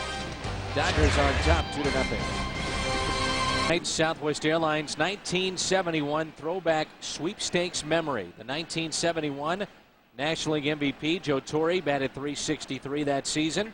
And you can log on to southwest.com/STL to complete the form and enter tonight's keyword, Joe Torre, and celebrate 35 years of flying with the throwback sweepstakes. Joe Torre making about $5 million a year to be the manager of the Yankees now. What a job he has done. And earning every penny, keeping George at bay. Now the question is, can the wild card come out of the American League East? And at this point, it doesn't look like it will. Last 2 years, or last few years, I should say, it's been Boston and New York. Those two have made it to postseason play. With all the injuries, it's been one of the better years for Joe Torre. And it's been a good game for Cesar Turris and Rafael Furcal.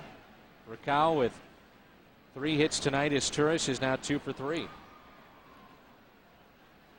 Stop by the Tan Company and register to win Cardinal tickets. The Tan Company Cabana at Busch Stadium. Tickets include a premium and unique view of Busch Stadium and plenty of gifts from the Tan Company. Stop by a salon and ask for details. That's our buddy Bill Miller. He's had 3 knee operations in the last 3 years. That started at the old Busch Stadium too, running knee into that bolt in foul territory at the base of the stands. A hit and run is on. A throw down to second. Goodbye. There's a weapon. Not an easy pitch for Molina to handle, looked like, Al. No, it was not. You know, a lot of times the ball up and away is fine, but look at here, down and there, batter swinging, stepping across the plate, and Miles has to wait for his Turris, a good base stealer, just waiting there with the tag. He had him by 2 or 3 steps. As Turris is now unsuccessful in 3 attempts, but you would think of him more as a base stealer. 1-1 the count on Martin. He's 0 for 1. He walked back in the 4th. Martinez, who was part of the double switch last inning, is on deck. A grounder hit to short. Eckstein will take it. To take his time. 2 outs. Oh, really, Marquis has just made one mistake, and that was to Nomar Garciaparra. Again, he has pitched well tonight. That's what you build off of, and you know you have to control the Dodgers offense. Cannot get in your head. You know, I'm not getting any run support, especially when you've gotten a ton all season.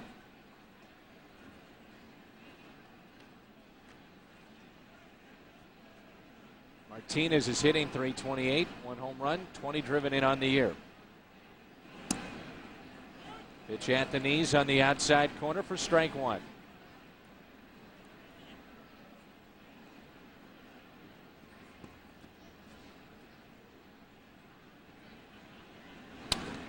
Another chance for Eckstein. Gobbles it up. Fires across to Pujols.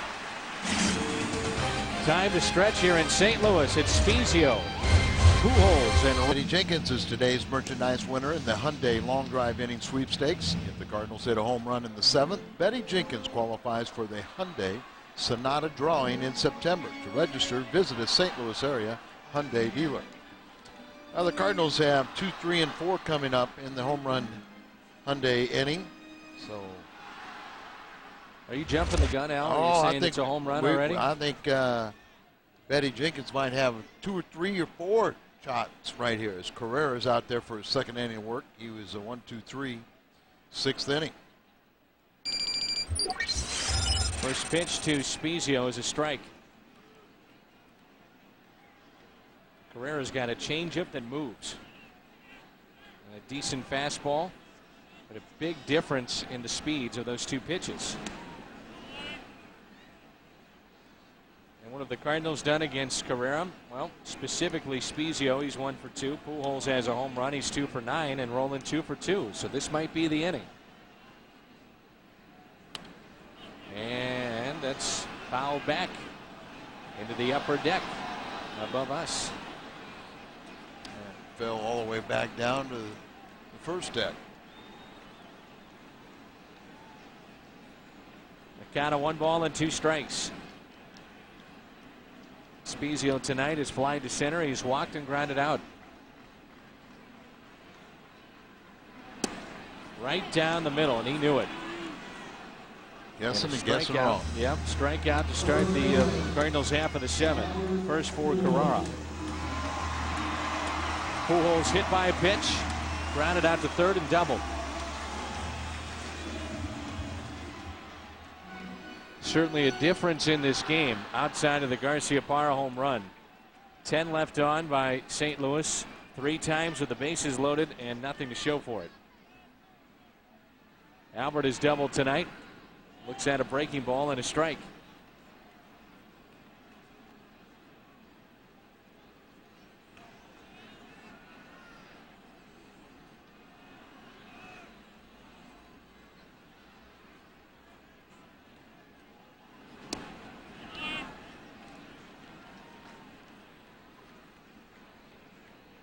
With nobody on, they can be a little bit more aggressive in this situation against Albert Pujols.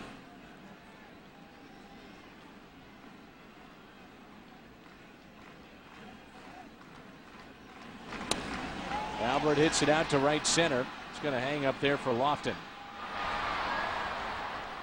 There's 2 outs. Breaking ball had him out in front a little bit, but still, ball, as you said, jumps off his bat, reaching for it. Carrera has retired all 5 men he's faced.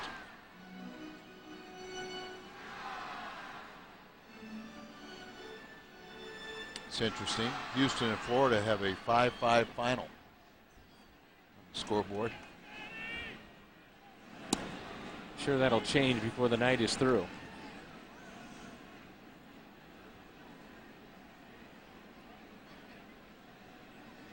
Two outs, nobody on for Scott Rowland. Cardinals down 2-0.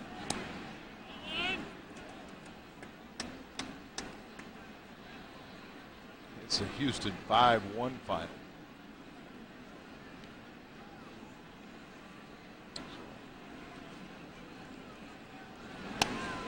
Hanging breaking ball, and this time Rowland hits it fair.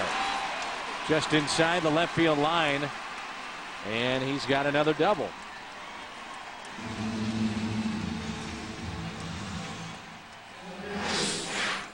Third time that Rowland has been on base tonight, and it brings in Edmonds. Just snuck inside that line. 29th double, and you see Carrera, the opposite of Carlton Fisk, the batter who tried to steer a home run fair in playoff game, or World Series, wasn't it? World Series. 75 World Series.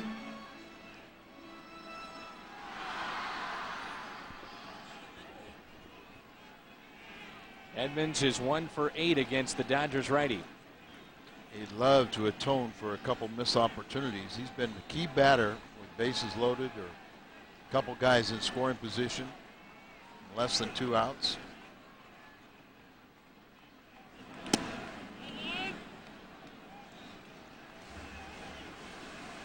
Struck out twice, and he has walked tonight. Man on deck would love to atone for a rough night too, and that's Duncan. At least put balls in play, but they were 2 outs with the bases loaded. Jim's been out there, and both strikeouts he's had, been sitting in hitters counts 3-1.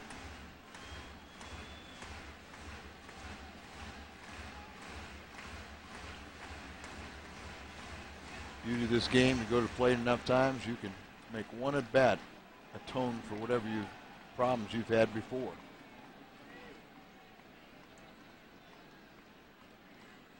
One pitch to Edmonds. Outside, 2-1.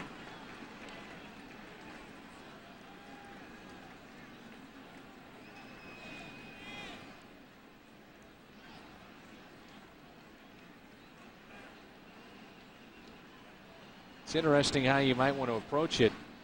First base open, but then again, you allow that tying run to get on base and the potential go-ahead run to come to the plate if you pitch around Jimmy. 2 balls, 2 strikes. The way Jim swung the bat here tonight, I think you just go right after him.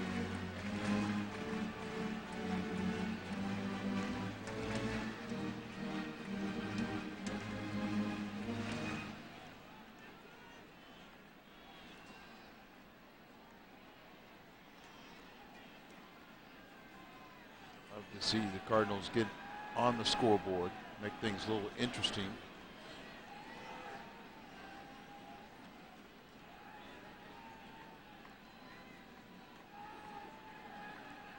Two pitch on its way to Edmonds. Jimmy fouls it back. A pretty good rip. I think that's what Martin's going to go out there and talk about. You know, he made that pitch a little bit too much over the middle of the plate. You talk about Jim, trying to step closer to the plate, and they're trying to pitch him away. That's the pitch you'd like to see him drive the ball out over to the opposite field into their bullpen area. And when Jim is swinging the bat well, that's the one thing that separates him. That ball that he can hit out of the ballpark away from him and then mess with him inside. He's a pretty good guess hitter with a good feel and reasoning. He can hit that one a long way too. Another good rip. Yep. See Edmonds pitch before, almost talking to himself after he fouled it back, almost as if to say that was my pitch. Right. Frustrated that he didn't get into it. And the timing's off a little bit. Talked about during the All-Star break, he really didn't leave the home. He's kind of tried to rest mentally and physically. So you try and get your timing back. Cardinals had an optional workout yesterday. See if they want to climb the ladder here with Jim Edmonds. 2 pitches out and away. They're going to set up out and again. Just misses outside, and the count is full. See, that's where you know, that ball obviously was out of the strike zone, but Jim, sensing that they want to pitch him away and kind of get up on the close to the plate, look for a pitch out there that you can drive. And just be conscious and quick enough to pitch inside that all you have to do is foul it off.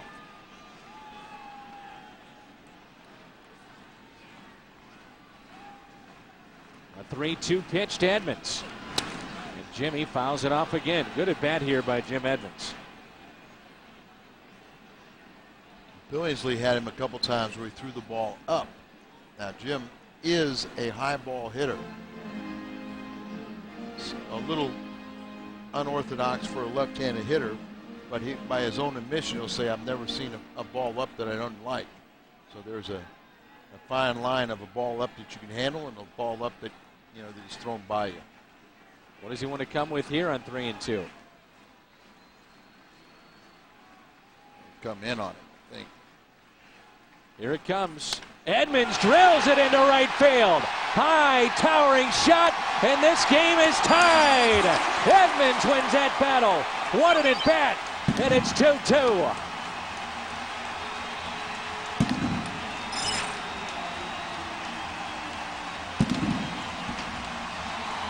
Get in, you got to get in far enough, and that's what we're talking about. If you can look away, but you got to be conscious of the fact that the ball inside, you can foul it off. But if it drifts back over the middle, you make Betty Jenkins really happy, because now she just qualified for the Hyundai Sonata drawing in September. I told you Betty was going to get at least one shot this inning, and Carrera can't believe it. 11th home run for Edmonds, and it's RBIs 48 and 49. And boy, is Jimmy come alive. And Jason new life. Not only is the average coming up there, but the power is too. Real good at bat by Edmonds as he fought off a bunch of pitches. They tried to go in, and he burned them. It was a 9-pitch at bat to Jim Edmonds. And activity in the Dodger bullpen again.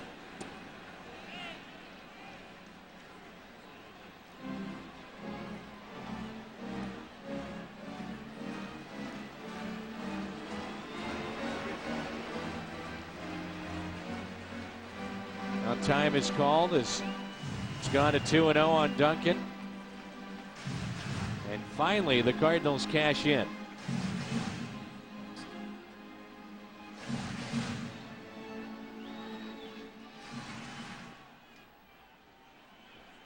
Jonathan Broxton, another right-hander, throwing in the pin.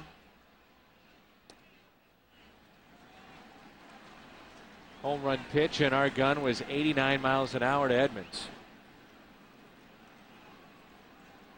And Jimmy turned it around in a hurry. He's starting to hit those high arcing shots. That was a no-doubter. 3-0 to Duncan. They turn him loose, and he lines it to second. Not a bad thought. Power hitter at the plate. They turn him loose on 3-0, and he lines it to second. Jim Edmonds has tied this game up. His 11th home run. Brand new game as we head to the 8th. It's 2-2. He's raising the bar, brought to you by Singular Wireless, who will be the star of this series. And we went with Pujols, Roland, Marquis, Eckstein, or other. And folks are voting in Scott Roland. Why not? He's had a good night tonight. And now C and other look very good. Yes, they do. Jason's pitched well enough. And he's pitching into the 8th. And pitching in the 8th inning. So he allowed 2 runs, just that 2-run home run by Garcia Parra in the 3rd. Now when you look up at the scoreboard, you see 10 left on, but you don't feel as bad with it tied up 2-2. No, you don't. Furcal is at the top of the order for the Dodgers, and he's 3 for 3. Colorado's putting a scare in Cincinnati in the 9th inning. It started out 9-3, now it's 9-7. And the Rockies, I assume, are still batting since the game is still on. Last thing you want to do in this spot is walk Furcal. Furcal, with his 3 hits tonight, is now 6 for 8 off of Jason Markey. And tonight 3 for 3 with 2 singles, a double, and a run scored. Garciaparra, 2-run homer back in the 3rd, and the Cardinals tied up in their half of the 7th. Edmonds with a homer. A little low, but a strike to Furcal, and the count runs full. Been a pretty good strike zone all night from Paul Mallard. That movement there, but Furcal isn't a big guy. 3-2 pitch. Diving play by Miles from his knees, and he got him. And remember the speed of Furcal, so not only getting that ball, stopping the ball, but you got to get it quickly to first base. Because Furcal can absolutely fly, so you see how he rushes it, and he fires a strike, shows some arm strength. And it's from his knees in an effort to get it to Albert as quick as possible. So that's a great play, and that's a pick-me-up play here in the 8th inning for the leadoff man. First time Furcal's been erased. Here's Kenny Lofton. He lofts one to center. Edmonds there, and Lofton 0 for 4. How about Jason? Another outstanding effort here, and at this point, Al, no activity in the Cardinal bullpen. He's at 95 pitches, and Marquis is due up 3rd in the Cardinals half of the 8th. well, I mean, so he's a bull. So he's a guy that you really don't mind going out there in the 3rd. That's when they scored their 2 runs through 19 pitches, but 95, and you don't mind him going over 100.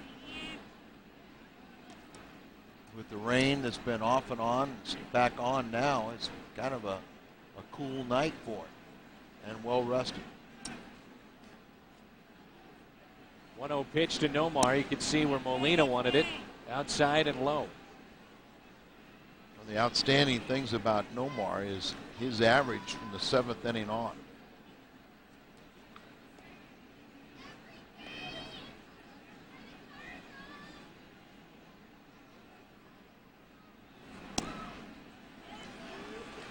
See, they keep wanting to pound it on the outside corner. It's almost as if you walk him, you walk him. Then we'll deal with J.D. Drew. Well, he's facing a dangerous guy, and since May 20th, he's batting .537 from the 7th inning on.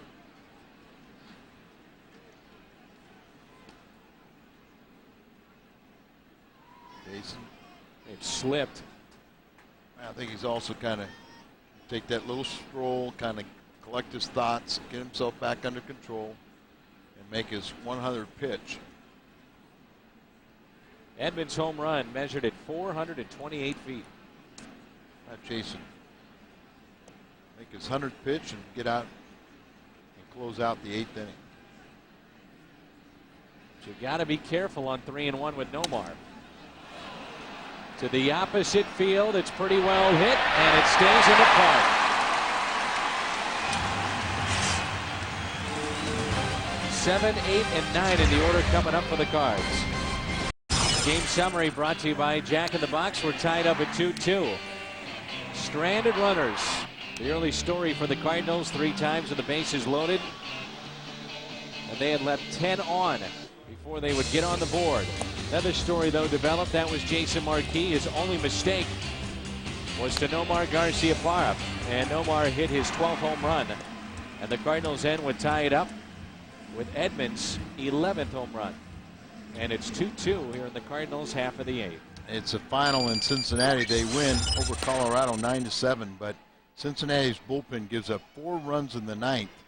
Their new acquisition, lefty Eddie Guardado, strikes out Helton in a 10-pitch at bat, and Helton was the tying run. Our call to the bullpen brought to you by your Mid-America Chevrolet dealers. Jonathan Broxton, 32nd appearance. 1 win, no losses, 3.47 ERA. It's part of a double switch as Jose Cruz Jr. takes over in center. Cardinals have Molina, Miles, and then Marquis spot is due up. Right-handers getting loose in the pen for St. Louis. And Tyler Johnson, lefty, and looks like Wainwright.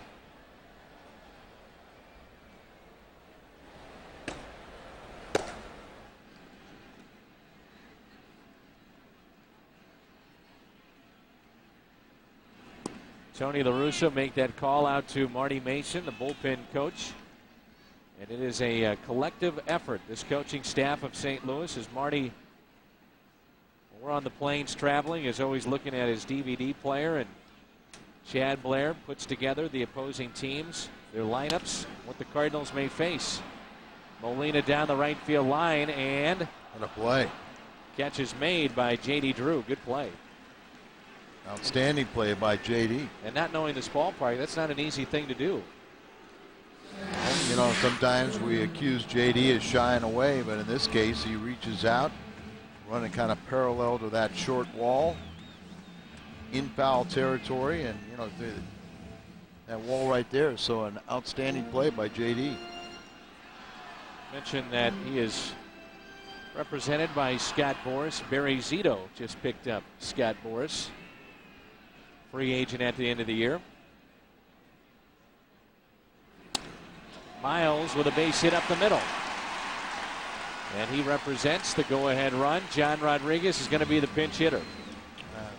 Let's hope they can reward Marquis for an outstanding effort here tonight. Got behind, eventually waited out, and Edmonds pulled it even with the 2-run home run. Now Rodriguez, who got his first home run in Houston. And what a hitter against Houston pitching.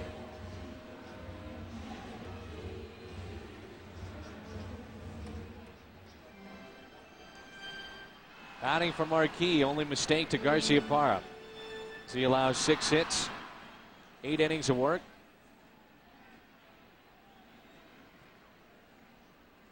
Struck out 4 tonight. Rodriguez hitting .307, that 1 home run against Houston. One of the longest home runs of the season. The monkey off his back in that department. Broxton, the 3rd pitcher used by Los Angeles tonight. Their starter went 5. That's Billingsley.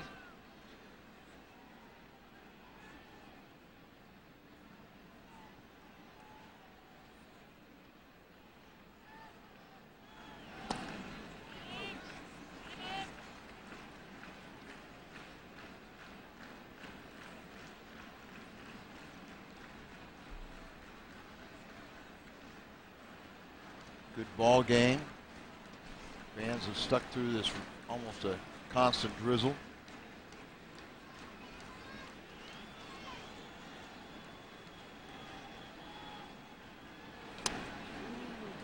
What a 95 miles an hour. 1 ball, 1 strike. Rodriguez is a pinch hitter this season, just 4 for 22. And his home run came as a pinch hitter. He was pinch hitting for Sotaguchi the other night, and the move paid off for Tony La Russa. 1-1 pitch.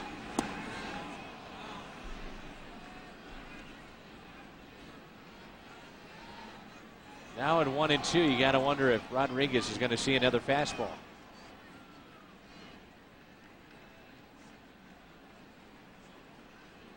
Tony La Russa always talks about not how many games up in the standings, but how many games over 500. The Cardinals started playing tonight 4 games ahead. A 1 hopper to 3rd, and safe at first is Rodriguez. A defensive swing. This Turris had him played perfectly, and it brings in David Eckstein.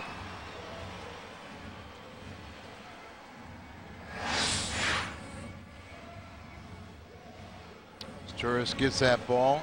Make sure he throws a strike to Ramon Martinez, and then there's a little bit of a hump on the return throw to first, which allowed Rodriguez to beat it out. Braxton, 6'3", 288. only 21 years of age. Eckstein has a base hit tonight. It's walked. He's hit into a double play and grounded out. Average still above 300 at 311.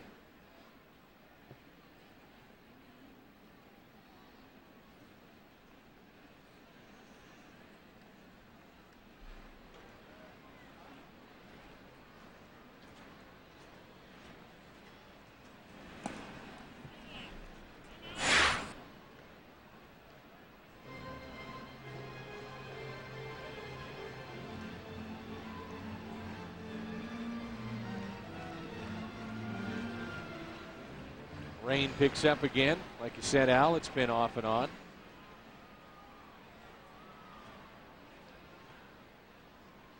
And here comes a 1-1 pitch to Eckstein.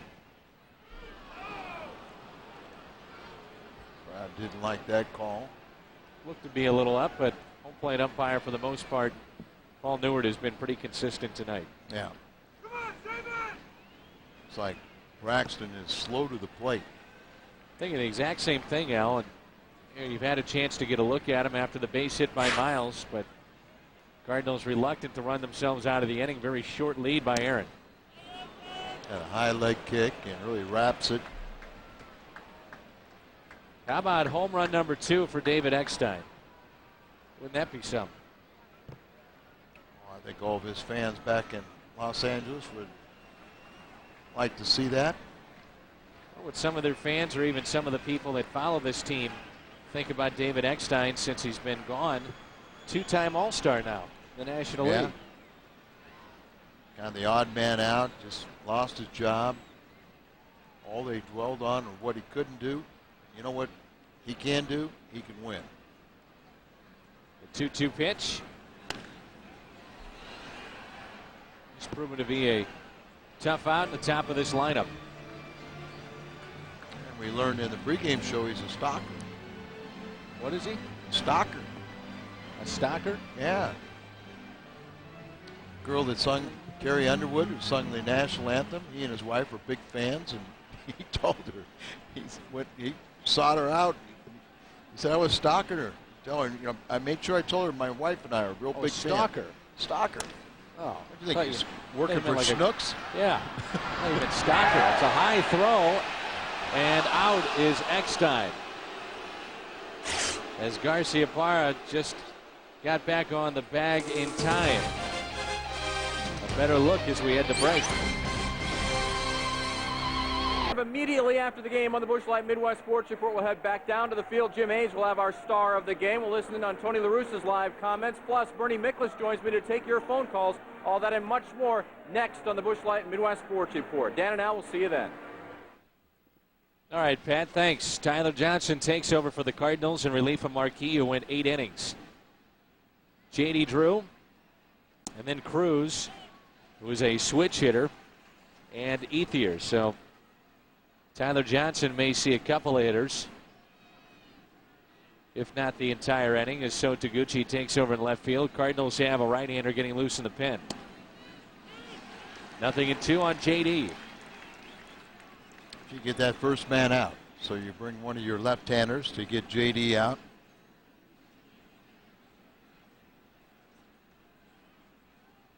He has got a good slider. That one a fastball at 88. Troll gets a little elusive on Tyler at times, but when he has command of that slider, he can be very, very tough. There it is, and goodbye, J.D.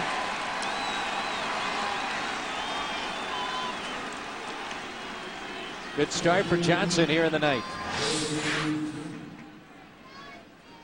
Freezes a lot of big league hitters. Well, that's a good pitch. More like a slurve. Sometimes he can tighten it up. So Tyler faces one lefty, does his job, and looks like Wainwright will be coming in. So good start. Johnson gets the strikeout. Wainwright will trot in from the bullpen. Tyler Johnson to strike out of the only man he sees, J.D. Drew, and now Adam Wainwright into the ball game for St. Louis. He'll face a switch hitting Jose Cruz Jr. And since 2002, Cruz Jr. has played for 6 teams: the Blue Jays, the Giants, Devil Rays, the D-backs, the Dodgers, the Red Sox, and back in Los Angeles. Wainwright starts him out with a strike. Wow. Jose Cruz Jr. played for 3 clubs, big league clubs last year. Yeah. Figure with the layoff, a little break, some of these relievers have a little extra juice. Look at that pitch. Devastating curveball from Wainwright. Good fastball, then he couples it with a good curveball, and Cruz almost lost the bat. As this guy's seeing Cardinals emerging stars with, for the first time. Fastball up and in, 1-2. Good pitch there. 45,156. Sold out crowd again tonight.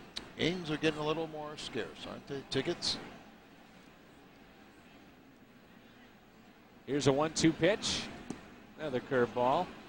Count even, 2-2.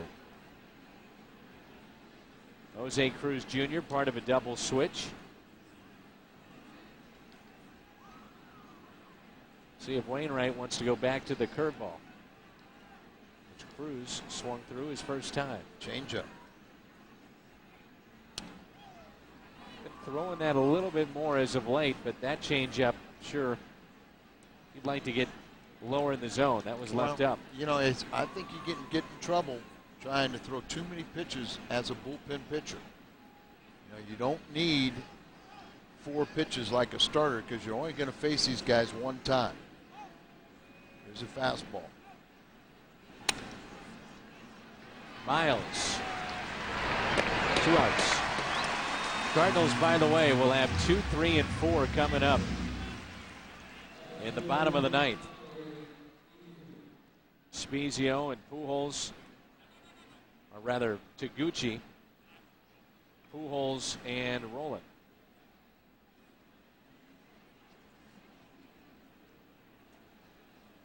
Two outs. And it's Ethier who is 0 for 3. Make it 1 for 4.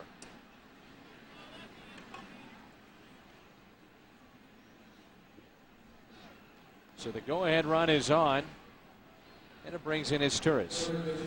He's got a couple of hits tonight with a single and a double. Yeah, I know what Wainwright thinking that next year I'll be in the bullpen or I'm going to be in the rotation, so I've got to incorporate all these pitches. But if your role's going to be in the bullpen, sometimes he can be a devastating weapon. The more times he's trying to throw more pitches, where he's become more hittable. That's ball 1 to Cesar Turris. If this would go into extra innings, certainly Wainwright could pitch into the 10th.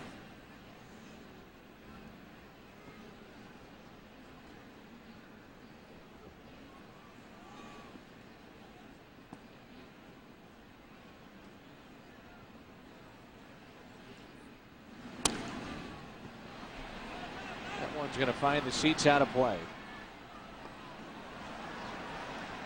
Almost caught by the umbrella. 1-1 the count. One of the reasons why you may not want to extend your relievers, and then you're playing a little. You got to be careful, like you say, in an extra inning game, that it doesn't go real deep. But you got guys that have just had 3 days off, and some of them haven't pitched, since like Atlanta. Tyler hadn't pitched since Atlanta. There's a good curveball. But you want to kind of extend guys, get them a little bit of a feel on the mound, so because the longer you're off, the more you don't feel like you're part of it. There's the 12-6 curveball. Opponent's only hitting .202 against Wainwright this year, and that's tops among all rookies in the National League. And he last pitched Saturday at Houston. Inning of work and no runs scored. Just going to hold the ball until the hitter calls time. He's been a power pitcher in this particular role with the Cardinals. 35 strikeouts in his last 37 innings. He's got 12 multi-strikeout games. So, I mean, it's a guy that you can count on the game's on the line to bring him in and try to get that key strikeout. Oh, goodness. Everybody left the field but the home plate umpire. And watch the home plate umpire stare at this. Yeah, I mean, take a better look. Yeah, it's pretty good, isn't it?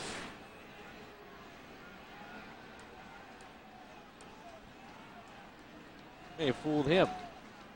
Which happens. Oh, yeah. You fool the hitter, the catcher, the batter, you know, the umpire, and yourself by throwing a strike. 2-2 is hit to Roland. That's automatic. Taguchi, Pujols, and Roland with a chance to win it as we head to the bottom of the ninth. Grounds crew with a little work on the mound and the batter's box as well. Bottom of the ninth, we're tied up at 2-2. Cardinal fans, Tuesday, July 18th. Next Tuesday, the Cardinals play the Braves. It's DHL Lanyard Night at Busch Stadium. First 25,000 fans that enter the ballpark receive a lanyard with a ticket holder courtesy of DHL and Major League Baseball. Next Tuesday, the Braves in town. Umpiring crew trying to keep the field in playing condition and also be cognizant of, you know, dangerous playing conditions. No on deck circle anymore. Cardinals, their last two games before the break were extra innings that went well for them, but I think everybody be happy. He's been sitting out in this constant drizzle to go home in regulation. Edmonds tied it up with a 2-run homer in the seventh, and so Taguchi swings and misses. And we're underway here in the bottom of the ninth. So hitting .295, couple of home runs and 27 RBIs. Taguchi, Pujols, and Roland. Second inning of work for Broxton.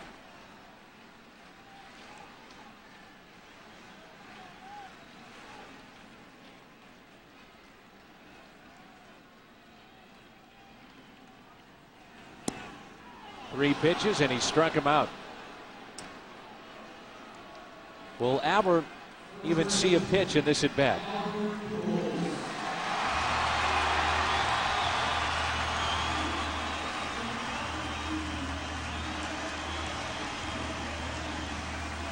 Good question, and you know, we'll have to wait and see. You know, Grady Little hadn't seen a lot of him. I bet he's read about him. I bet he knows a little thing or two about Mr. Pujols. Or heard a thing or two. First pitch to Albert. Way outside. Saw the graphic. 6 career walk-off homers. Joe Beimel warming up in the Dodgers, a lefty.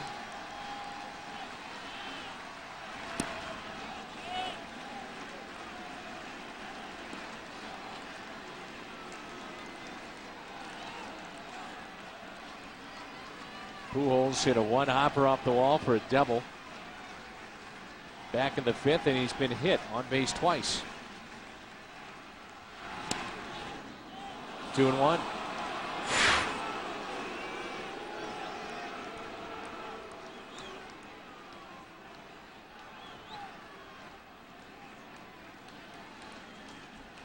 This would be a good time for number 30.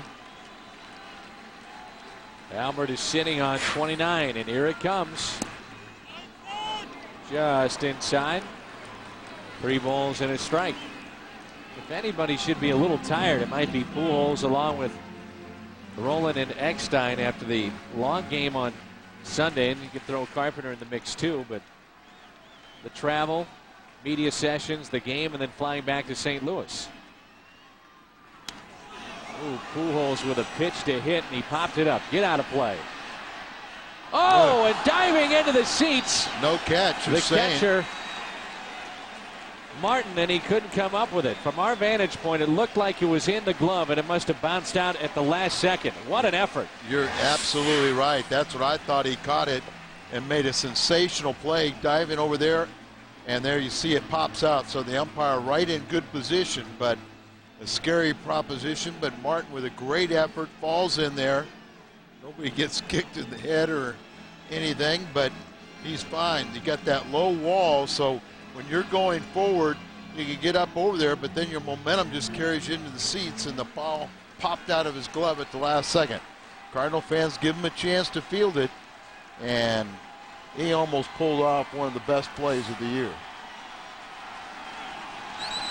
The count is full now on Pujols, who calls time. And Albert definitely wanted another pitch after he missed that one. Boy, what a terrific effort there by Russell Martin. The Cardinal fans gave a nice round of applause for the effort. The 3-2 pitch to Pujols. Down the right field line. That one will slice out of play. Let's give Broxton a little credit here, going after Albert after falling behind 2-0. That's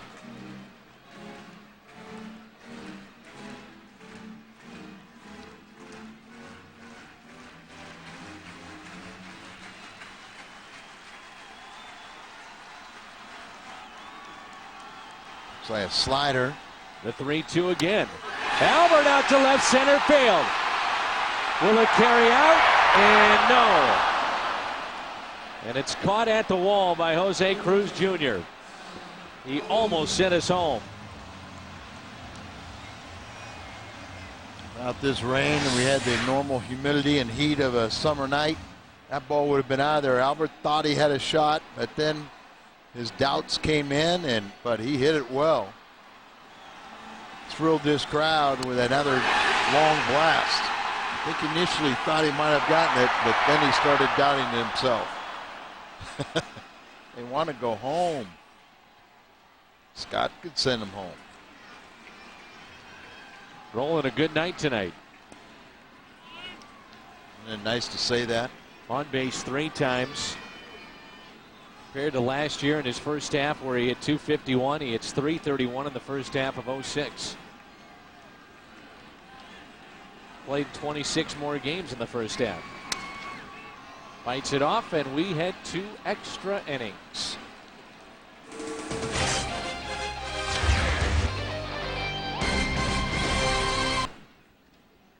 Wainwright got the final 2 outs in the top of the ninth, and he stays in there for the 10th. The Cardinals are 3-5 in extra innings this year.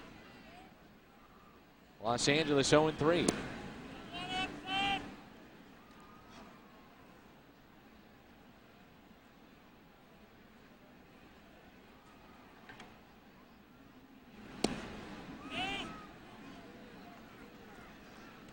Two balls and no strikes.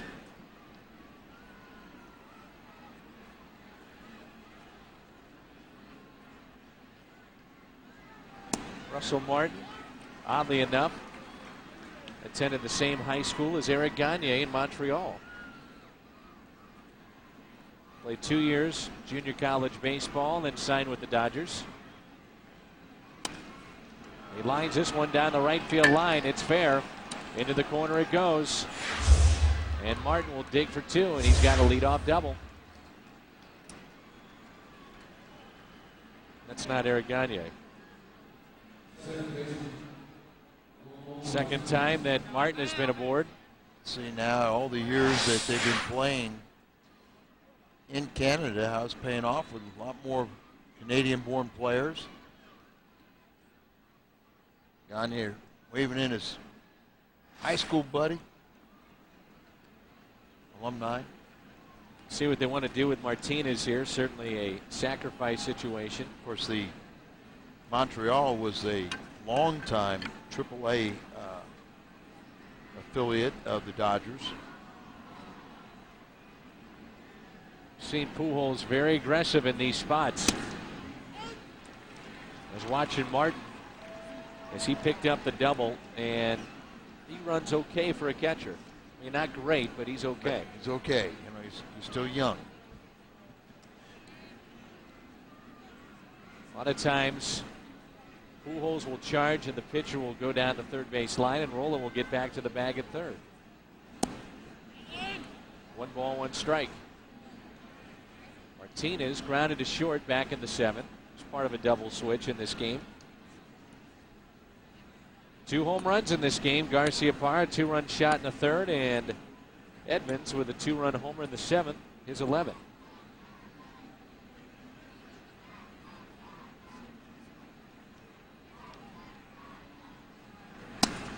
Cardinals are now homered, I think, in 10 straight games. 17 home runs during that time. Right now they need to get back on offense, and that's the responsibility of Wainwright. Key now, 2 strikes on the hitter. Martinez never showed bunt. That's hard to believe. You know, sometimes you got a former American League manager, and they don't like to give away outs.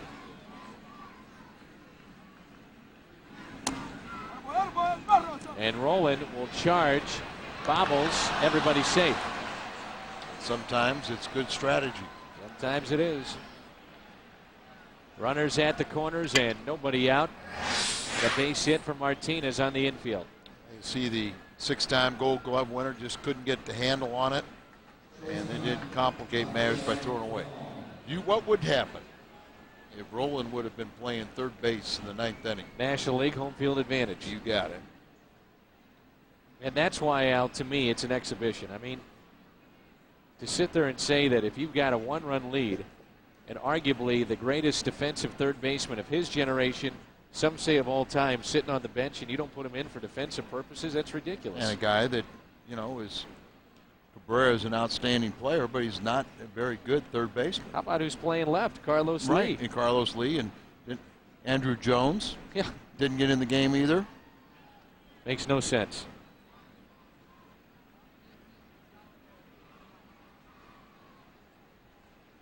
Kind of like the idea when I saw the National League might get home field advantage, then I didn't like it anymore. Got back to my senses. You were assuming they were going to win frequently. That's right. Certainly you have to think about a possible squeeze play with Furcal. Infield is drawn in, so tough to turn 2. With the speed and where the middle infielders are positioned. I think for Collins to become that type of hitter that you just let him hit. Kenny and Looper are throwing in the Cardinal pen. We mentioned this before too, Al. You got Wainwright, who is a strikeout pitcher. He has a chance to get out of a jam. Tough one at that. And he's got the fastball. They maybe induce a pop-up in the infield. 0-1 pitch. Curveball line to Miles, and he made the play. How do you like that? Couple of very fine defensive plays by Miles tonight. 5'7", and he used every bit of that height to get up and sky and keep this a tie ball game. That is a big play right there.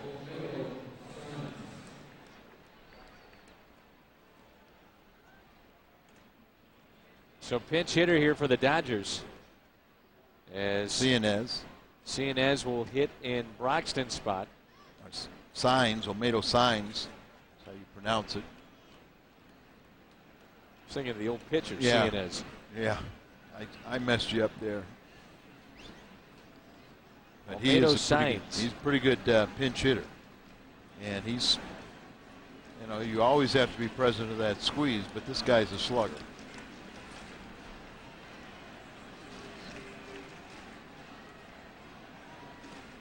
Got 11 pinch hits on the year, tied for second in the National League. First and third now with 1 out. Breaking ball taken low and away. Signs also is tied for 4th in the team with 7 home runs and RBIs at 35. He's batting .297, 11 for 37 as a pinch hitter. So, you know, just looking at the body type of Signs and watching him run in the past, you might think about backing up Eckstein and Miles and a chance at a double play. Good curveball. And at this point, they are playing in.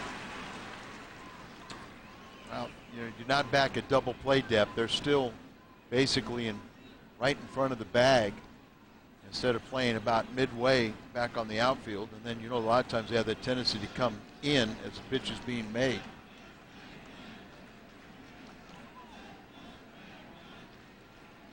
comes a 1-1 pitch. Now here's where that strikeout would come into play big, obviously. Right. You know, the Cardinals had Kiko Calero a couple years ago that could do that. Al Reyes was a guy they could count on. And this season, more times than not, it's fallen into the lap of Mr. Wainwright. Well, that was one of the things in spring training. He was going to start out kind of a, you know, kind of more of a middle of the road guy, or even, you know, didn't want the slider, called for the curveball. That's his better bread and butter pitch. Kind of throw it a little harder, you know, and then Molina has the extra responsibility with that man on third. He makes sure that he blocks that ball. Cardinals get a great outing tonight from Marquis, who went 8 innings.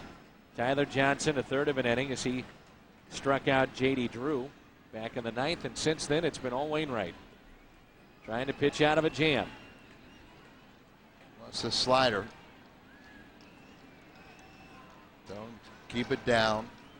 2-2 pitch. He got him. Struck him out.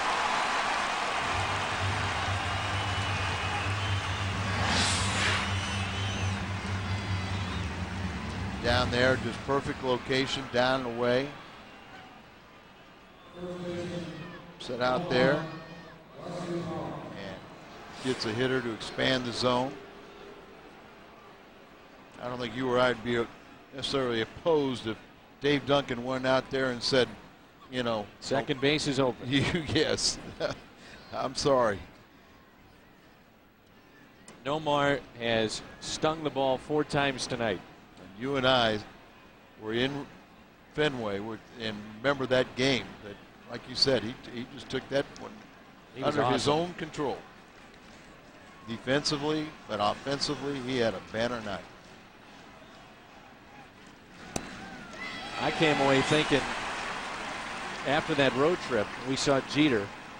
We did not see Rodriguez, obviously. He was still with Texas, but I thought, man, we have just watched the best shortstop of the bunch. He was flat out awesome in that series.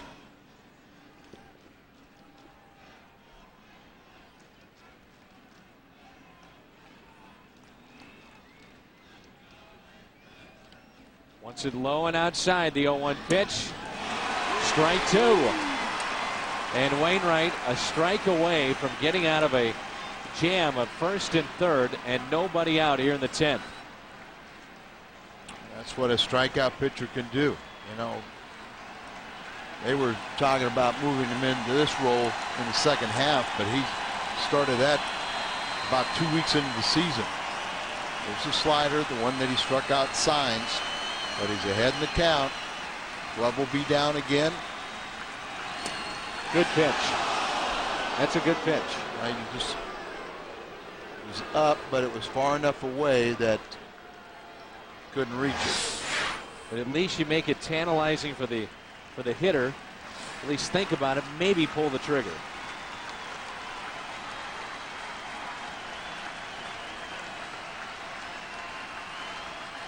Throw the curveball. Didn't want the slider. Here comes a 1-2 pitch. And Nomar just got a piece of it. League's leading hitter coming into play tonight, Garciaparra. Lined out to center. Homered in the 3rd. Hit a bullet and into a double play in the 5th. And hit one to the wall and caught in right.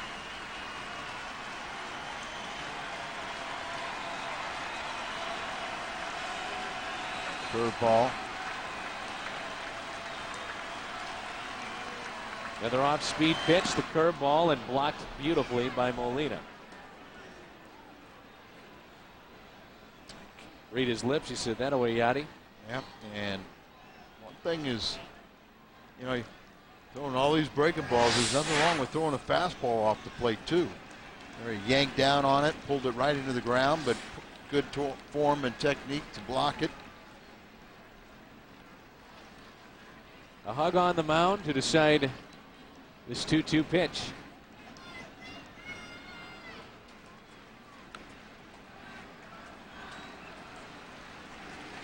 Nine hits aside. A 2-2 game. And much of this crowd on their feet. Good ball game tonight. No sign. He got him. Struck him out.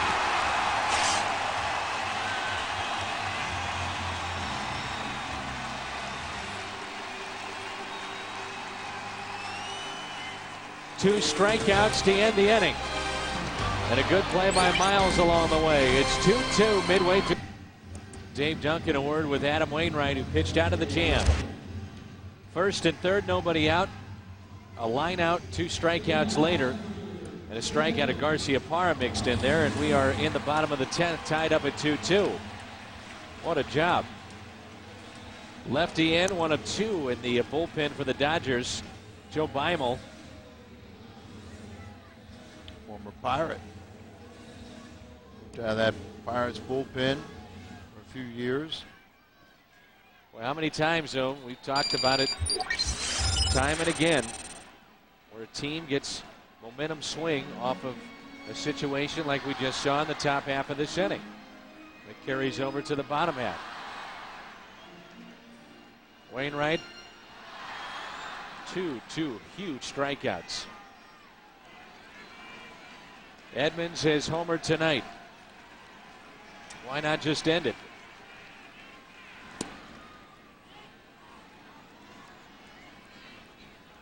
Edmonds, Duncan, and Molina.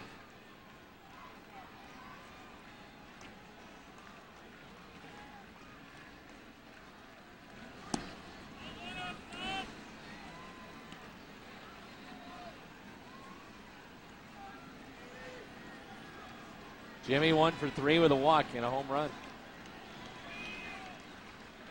1-1 pitch to Edmonds. The outside corner.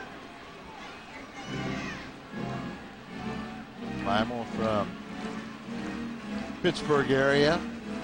Went to Allegheny College, Cumberland, Maryland, and also Duquesne University there in Pittsburgh. 1-2 pitch to Edmonds. Last time they tried to go inside on Jimmy, and he lost one into right. Couple of home runs against this lefty for Edmonds.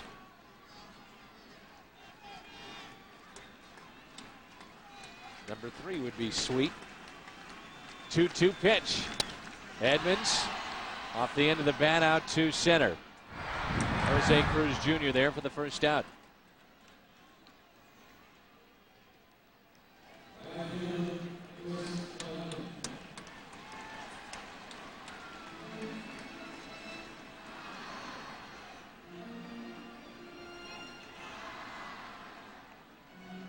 There's Duncan. First 2 plate appearances had the bases loaded. Second time, or third time up, excuse me, he had runners at first and second and drew a walk. He could send us home. And he could atone for those runners on. Next against this left-hander. Doesn't seem to be too phased against them. They throw a breaking ball, they're going to have success, but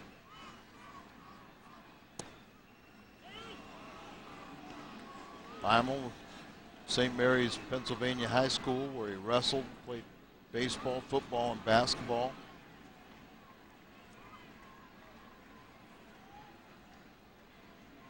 Oh, 2 pitch to Duncan. And it's 1-2.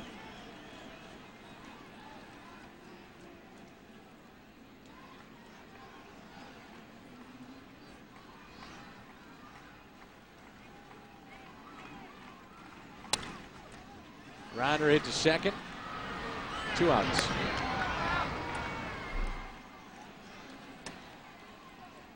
Yadier Molina on his birthday could end it.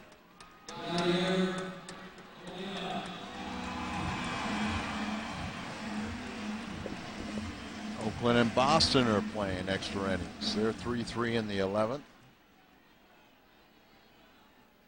Cardinals playing their 3rd consecutive extra inning game. They won the last 2 in Houston.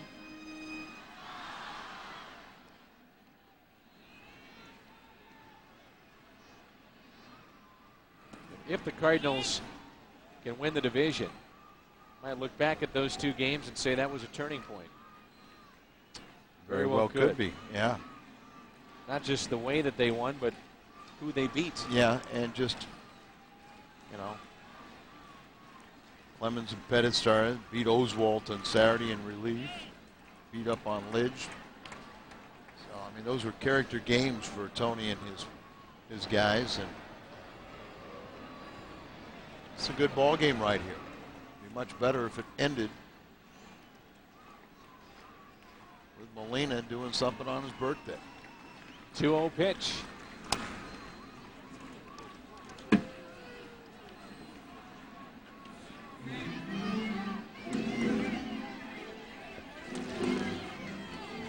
All the rain in the area, no delay. And I saw last time they put the weather up on the scoreboard, it was all green. So I mean, it wasn't going to rain any heavier. Molina's going to get a pitch to hit here on 3-1. Isringhausen warming up the Cardinals pen. No activity behind Beimel and Dodgers.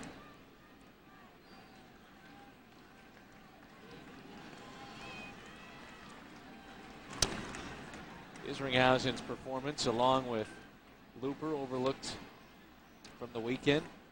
Izzy had 2 scoreless innings Saturday, and Looper had pitched into a jam extra innings in the game on Sunday night and pitched out of it.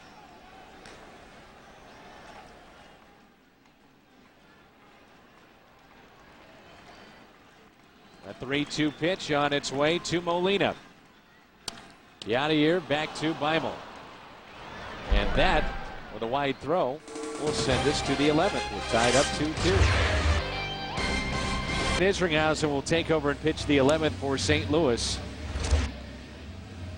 2-9-0 on each side. The Cardinals have left 11 on. Los Angeles 7. Numbers on Izzy. It'll be his 39th game he's appeared in. We have seen Marquis, who went 8, Johnson a third of an inning, Wainwright an inning and 2/3, now Isringhausen, and Juan Encarnacion takes over in right. And Encarnacion has been battling a sore wrist, as Tony La Russa addressed that before the game. And J.D. Drew will lead it off.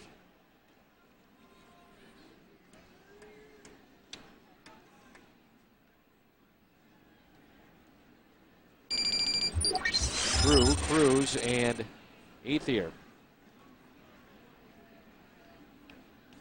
J.D. is 0 for 1 in his career against Isringhausen. You know, last time in this spot back in the 9th, it was Tyler Johnson who faced J.D. Drew. Only man that he saw, and he struck him out. But Tony elects to have Isringhausen start the inning.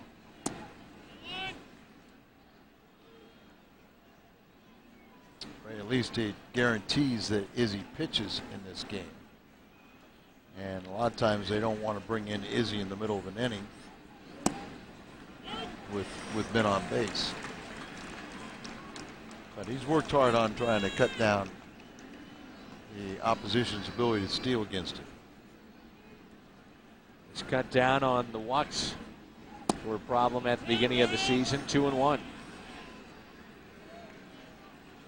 Throwing more fastballs, utilizing that curveball more, especially it seemed like against left-handed batters.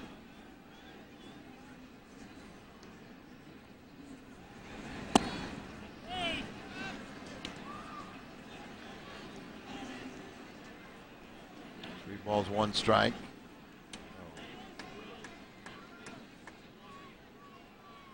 Fastball away. And here comes a 3-1 pitch. J.D. smacks it foul. J.D. can get into one. He can turn on a lot of fastballs, but one thing about J.D. is as quick as his hands. There's a good hitters always, you know, say trust your hands. It's almost as if he doesn't at times, where he's so afraid of being jammed. He wants the fastball away. Fastball. Okay. Looks like a cutter away, trying to invent a pitch. Just misses on the outside corner, so now Isringhausen walks the leadoff man. That was a pitch that Griffey hit for the home run. And Backdoor Drew is cutter. a guy, Al, that as we saw here in St. Louis, a threat to steal at times.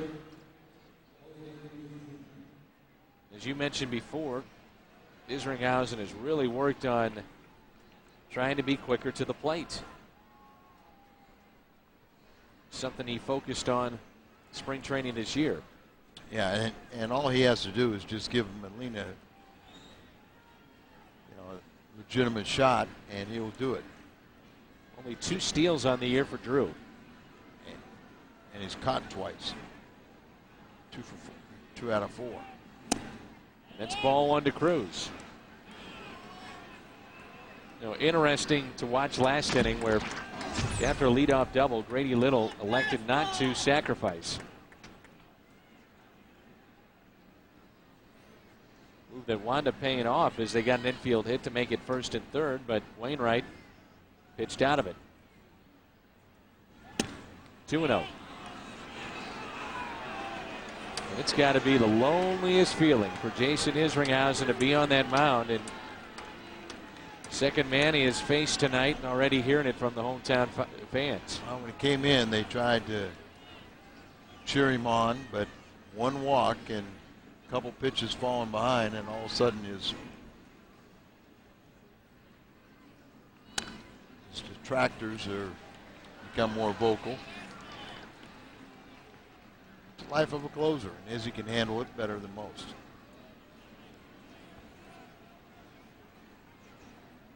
Nine pitches, 6 balls so far from Isringhausen.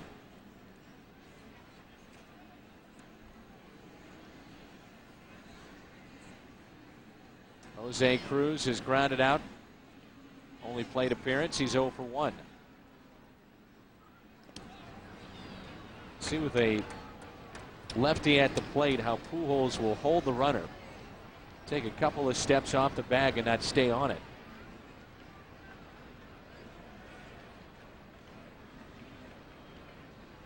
Times he actually kind of almost steps into the baseline and make him go around him. Popped up behind home plate, not a play.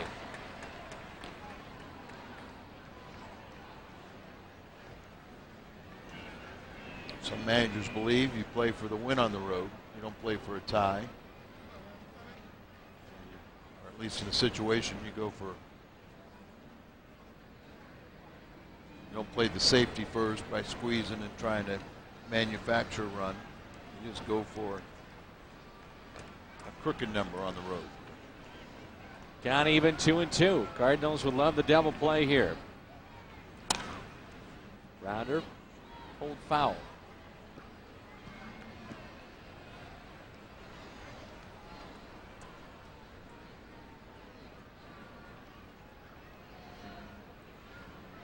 Aaron making friends down there.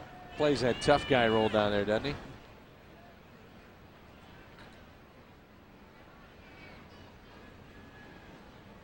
Two. Fastball away. Out to center. That's going to stay in the ballpark for the first out. And JD is back to first.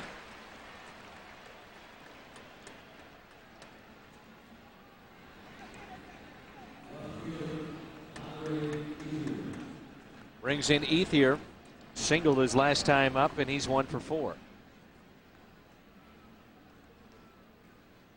Singled off of Wainwright.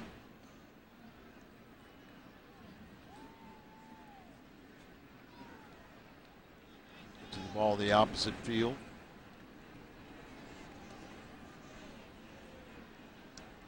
Curveball. A pitch that misses in. Donnelly, third base coach, flashing signs right now. The Cardinals in the bottom of this inning will have Miles, Encarnacion, and Eckstein. Is he trying to keep it 2-2? It's 2-0, and again he falls behind.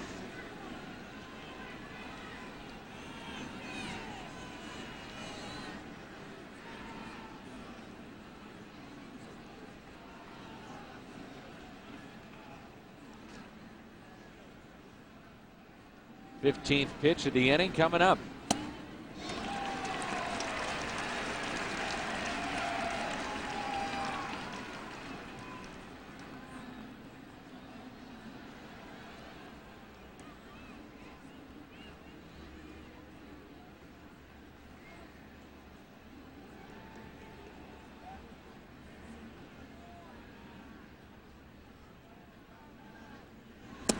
Two and two.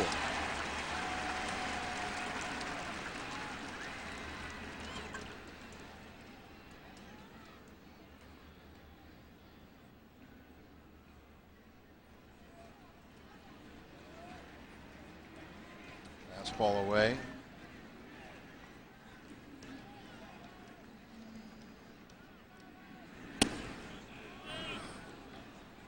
Is Turris on deck? Count runs full. Let's see if they want to start the runner. J.D. Drew from first. The only thing was sometimes that, J.D., it's easy to sometimes, he doesn't get that real good lead and to strike him out, throw him out. There he goes. He had a good jump. Sure did. It looked to me like, I don't know about you, Al, but it looked like at least a step, maybe step and a half bigger lead that time too. Yeah. He had a pretty big lead over there. So he almost telegraphed that, yes, I'm going to go, and then he had a good jump off of Izzy. Albert's going to play behind him.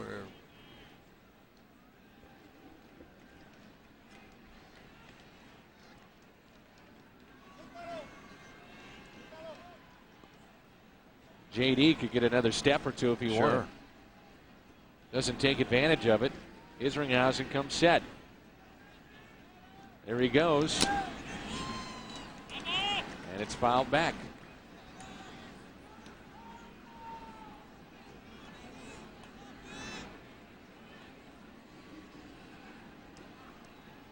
J.D. speed, especially a running start from the bag, a ball that gets in the gap, he could wind up at home plate.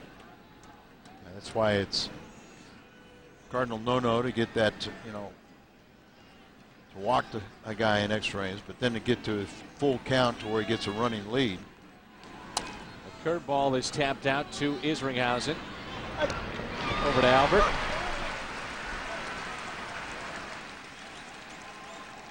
The go-ahead run at second base, and it brings in Cesar Turris. Turris, a couple of hits tonight. Single and a double. Twice he has grounded out. Really struggled on the road this year. 1 for 3 against the Cardinal closer. First base open. They will walk his Turris and deal with the catcher, Russell Martin. Coming in today, he was a .396 hitter at Dodger Stadium and just 1 for 22 on the road. But we know he's capable of doing a lot more than he did tonight with his 2 for 4.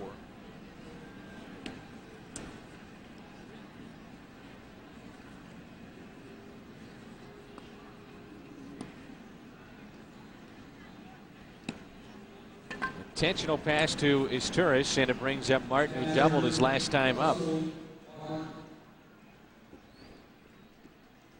Russell Martin, and no history between the two, Isringhausen and Martin. That's one of the reasons that Dave Duncan goes out and visits with his closer. Quick scatter report, and away we go.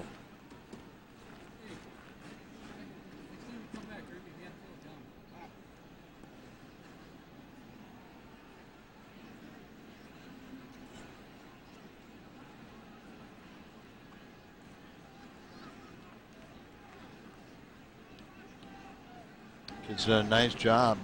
He's catching the pitchers, have an ERA under 4. And the Dodgers are 34-18.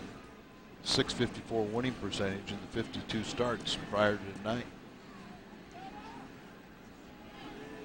Speed of J.D. Drew at second base. Turris is the runner at first. Isringhausen trying to get the final out here in the top of the 11th, and he will. Hits it right back to him, and he'll run it over to Albert and flip it. Dodgers have stranded 9 tonight.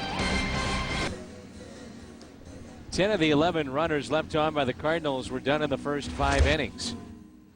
And it's 2-9-0 aside as we move to the bottom of the 11th. Tied up 2-2. Beimel finishing his warm-up tosses. Aaron Miles, then Encarnacion, and Eckstein. Miles, a couple of hits tonight. 2 very fine defensive plays. He's been the difference maker the last couple games in extra innings in Houston. The Jameson family rooting for Aaron Miles.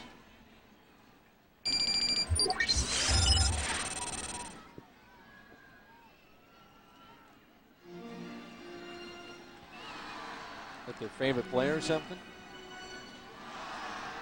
No, you are. I don't play. They just like to hear you broadcast. I'm sure. They sent me an email just saying about your velvety voice. It's very nice of them.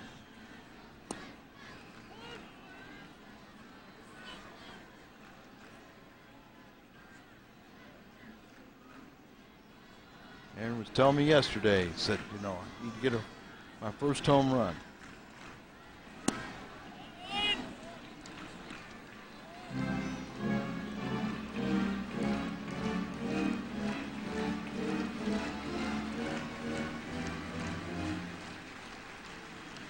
Did you come to the workout, Al?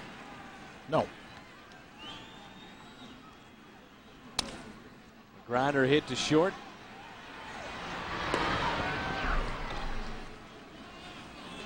Team function, Al? There's a group in town, and Todd Worrell and Aaron Miles and J. Rod were over at the saloon entertaining. This is sort of a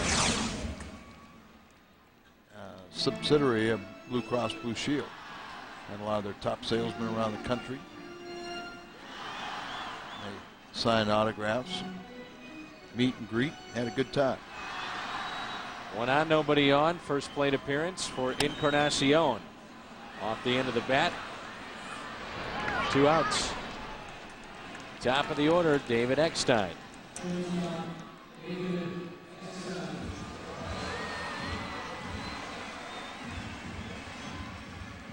Seen Juan have better at bats than that one. Get you caught up on the scoreboard. Houston a winner over Florida 5-1. Qualls is now 4-2. As the Astros got a 3-run homer by Aubrey Huff. And they picked up 4 runs in the 8th to break a 1-1 game, and they win it 5-1. Cincinnati 9-7 over Colorado. Milton the winner, he's 6-4. As the Cincinnati bullpen allows 4 runs in the 9th, and they pulled off a big deal, trading away Kearns and Lopez and trying to pick up some bullpen help. David skies one on the infield. Easy work for Beimel. We go to the 12th, tied up 2-2.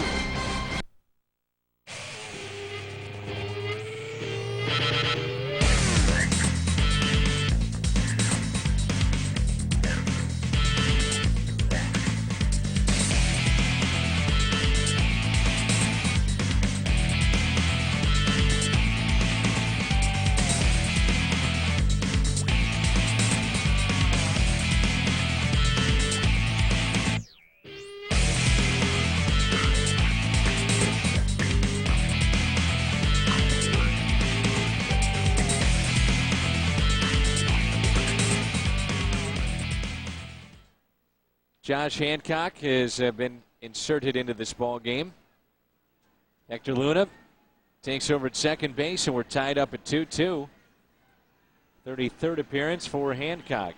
Got a little bit of everything for the Cardinals in the first half, and now he'll pitch in game 1 of the second half. Got the save on Sunday as Luna will come into the game, play second base.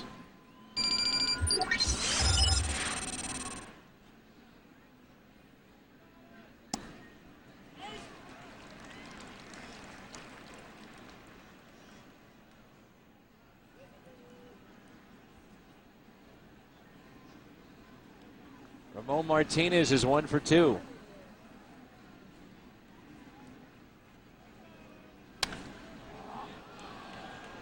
Out to left. So Taguchi, 1 away. Cardinals will have Taguchi, Pujols, and Roland coming up. The bottom of the 12th. Hancock, a valuable guy. Like I said, he's been used in various situations this year. He could be an emergency starter. He has been stretched out the longest of anybody in that bullpen. As I said, he picked up a save on Sunday, so I mean there's no aspect that he could not come in and contribute. Marquis for 8 innings, and Johnson, Wainwright, Isringhausen, Hancock. Rafael Furcal up to bat for the 6th time tonight. Dodgers haven't scored since the 3rd inning. Cardinals the 7th. Dodgers got their runs on one swing of the bat by Garciaparra. Home run that just cleared the wall out in left center. Edmonds, 400-foot plus shot in the 7th. Both 2-run homers.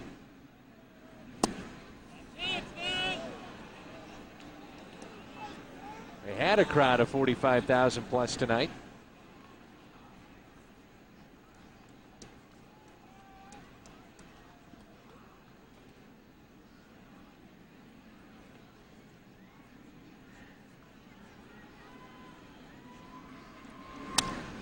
Furcal lines this one fair into the corner, and he's on his way to second. 4-hit night for Rafael Furcal. And his second double.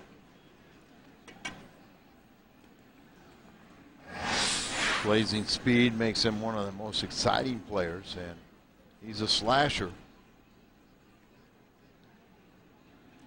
Dodgers thought so much of him. They gave him 3 years and $39 million.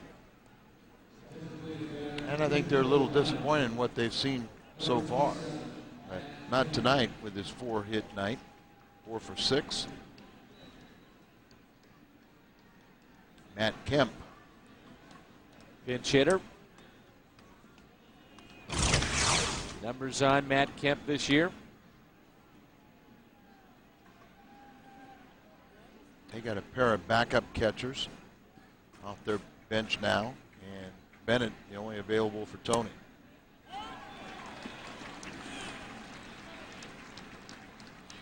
Toby Hall and Sandy Alomar Jr. Not for Grady Little.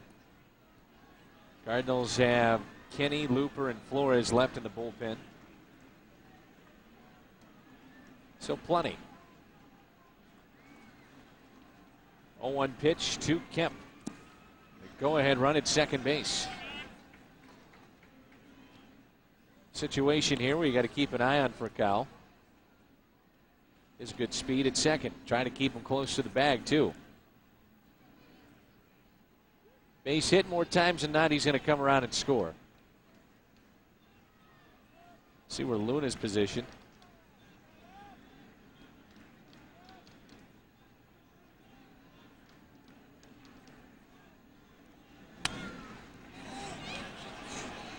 That one's going to find the seats. No. What a foul ball. Mentioned before with the rain, no on-deck circle. Had a little incident with one of those earlier this season. Albert going after a foul ball and slipped on the rubbery surface where they put the insignia of the teams. So that was a nasty spill, too. Yeah, I mean, everybody kind of held their collective breath, and then ever since then we see now when it rains falls that on-deck circle is gone. Hancock set. Here comes a 1-2 pitch. Got him on the inside corner.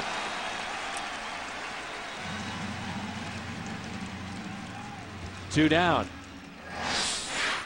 And it's up to Garciaparra.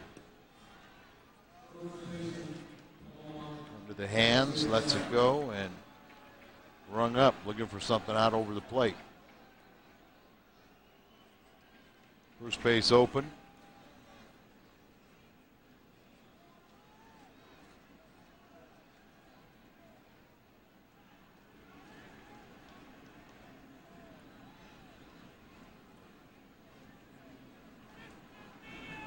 I'm going to pitch to you, but don't let him beat you.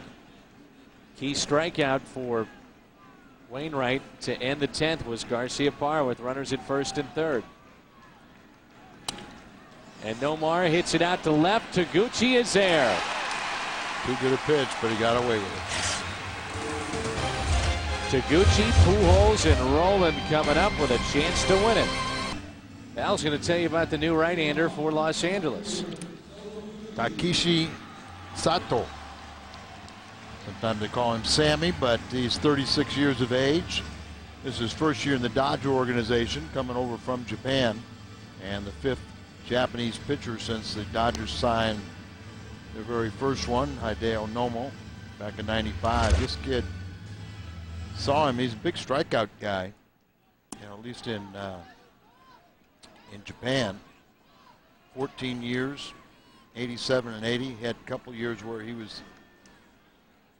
had 27 saves one year, 20 saves another year, and he's 8 for 8 in save opportunities this year. So Taguchi has faced Saito or knows of him. He can bring that experience to this at-bat to start the bottom of the 12th. He's retired 29 of 38 first batters faced, and he struck out 57 batters this season in 42 innings.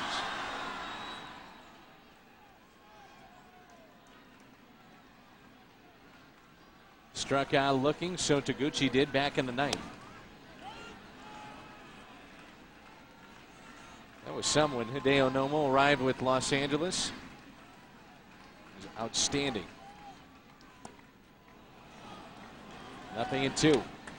Fastball, slider. Pujols waits on deck. Sent one to center field in the wall his last time, but not far enough.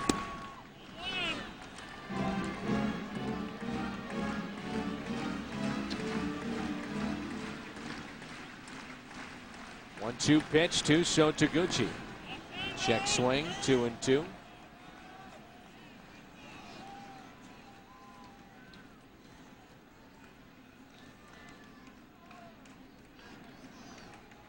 Well played game tonight.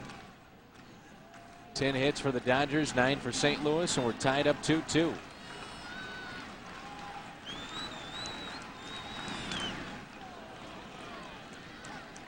Fastball up, got a rip at it.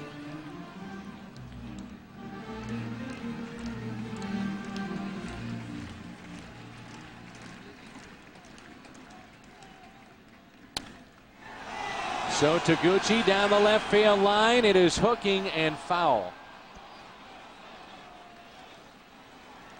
These two guys take care of the business. Camera of Tony Angelis. Get fair. Nope. Good at bat here by Taguchi. And it's 3-2. He's throwing some fastballs and swung wildly on the slider the first time, and now he's kind of laying off it. That's ball 4.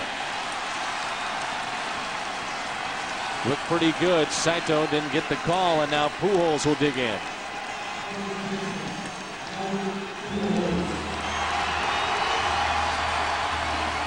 Crowd is what has remained, and it's a tribute to the Cardinal fans.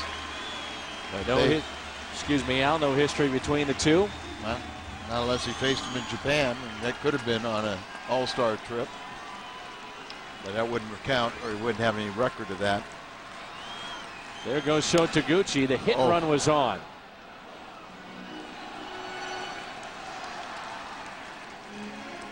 Not a bad move to try to get things going. No, I mean, but same token, though, if they leave the base open and so had a good jump. I think right now Dave McKay might have said, hey, cool it. We want this guy to hit. 0-1 pitch. 1 ball, 1 strike.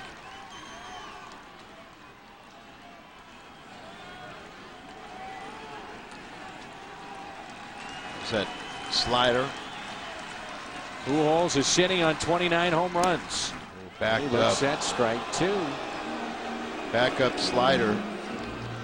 Meaning instead of going down and away, it kind of backs up a little bit, stays spinning on the inner half, but a lot of times you're thinking down and away.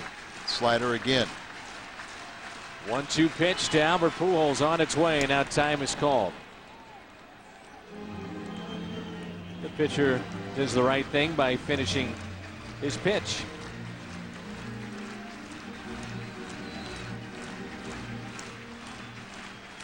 Opponent's only batting 172 against this Japanese right-hander. Slider again. The 1-2 on its way.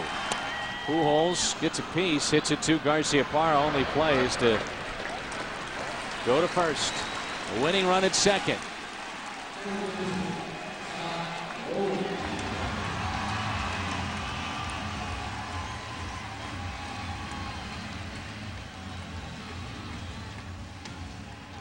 Two for 4 and a walk for Scott tonight.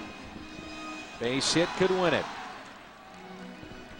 Run scored as well as he came around on the home run by Edmonds to tie it up in the 7th. It was a 2-run homer with 2 outs.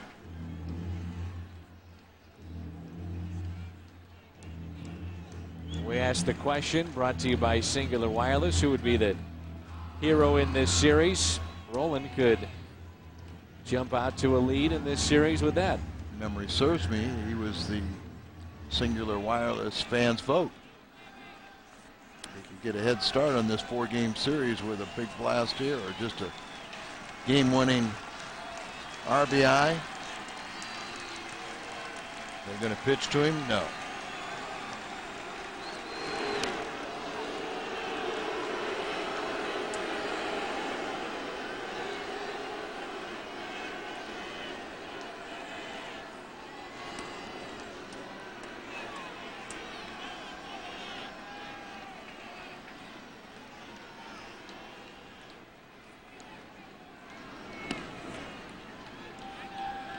Grady Little has Odalis Perez, a lefty in that bullpen, but has not warmed him up.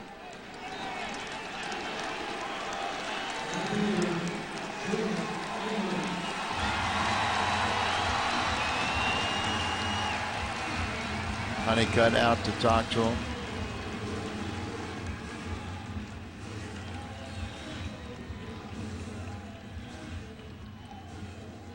So we've got 1 out, runners at first and second now for Edmonds.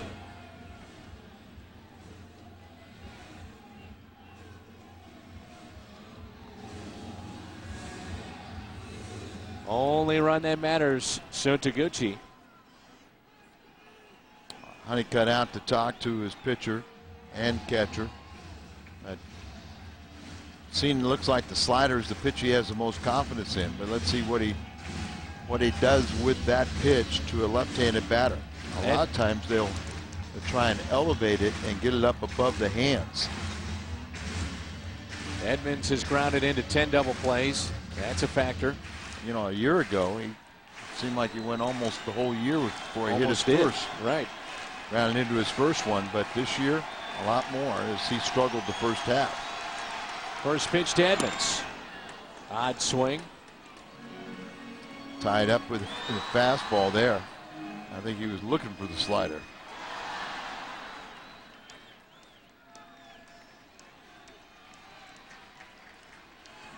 Edmonds, strike 2. I'm going to take a little stroll because he hadn't been ready for those first 2 deliveries. Luna on deck. Nothing in 2 the count.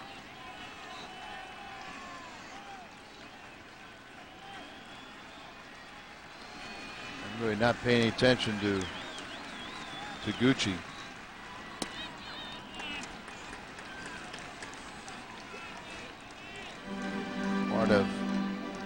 batting is, when you get down, just be able to see a couple more pitches and kind of figure out what the action is.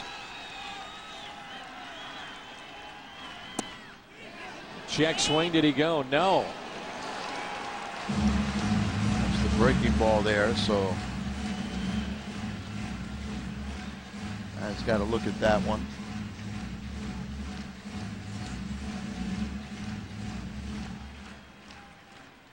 Fourteen-year vet, four-time All-Star in Japan.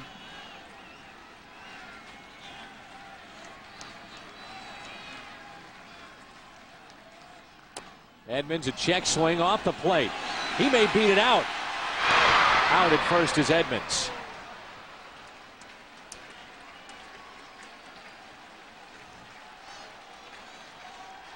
Well, Luna could be the hero tonight.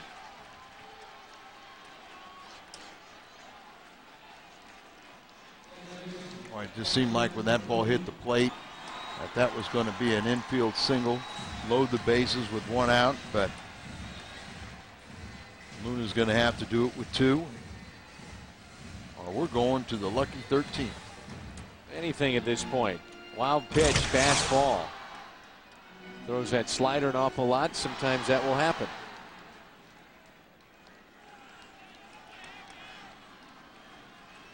Works out of the windup now. And Luna looks at the slider for his strike. Wow. Just sort of sat there too. But a lot of times, it's smart to go and look at least a pitch or two. 0-1 pitch.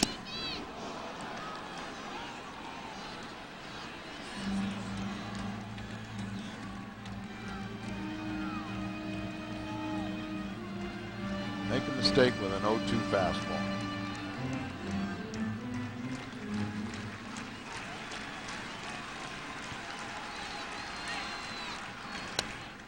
Luna pops it up behind home plate. See Sotaguchi can get about halfway down the line with this right-hander working out of the windup.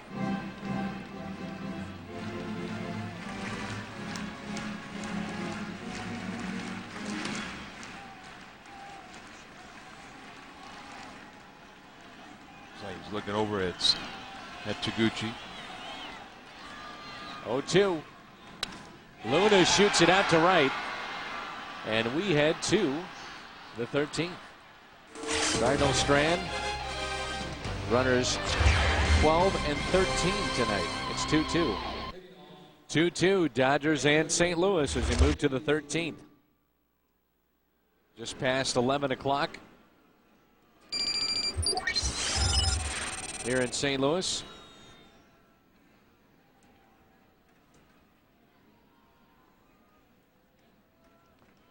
If Tony La Russa is asking Weaver if he could pinch run. Went down and probably see if he gets out of his tennis shoes into spikes. Only that spot occupied by Mr. Marquis, but he made the start tonight. Sure. J.D. Drew walked a couple of times, and he's 0 for 3.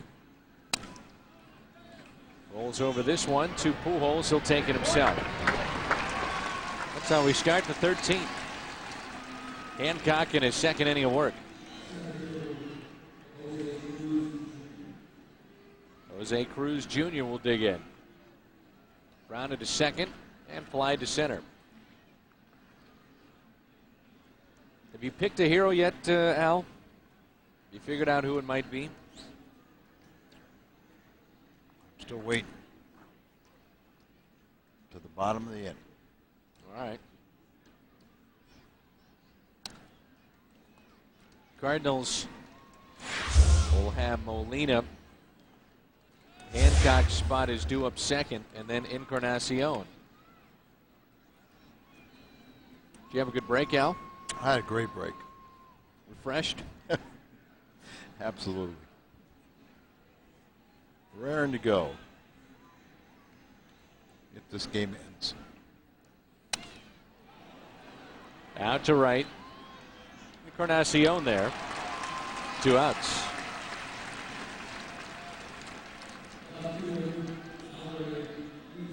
Andre Ethier now with 2 down.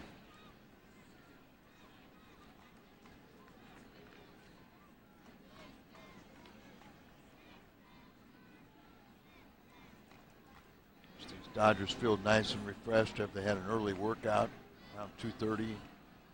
Had a 105 heat index in St. Louis. Sure.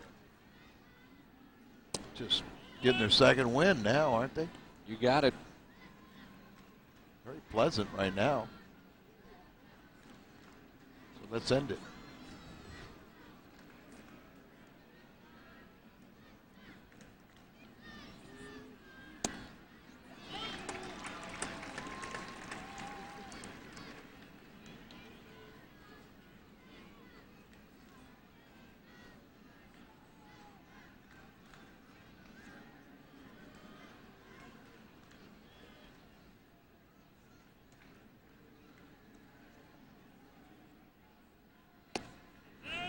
Already seen for Kyle with a 4-hit night.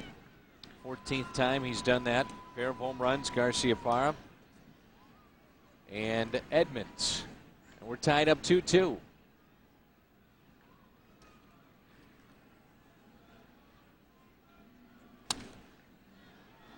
That one's going to find the seats. Detroit beat Kansas City 6-4. Bonderman's 9-4.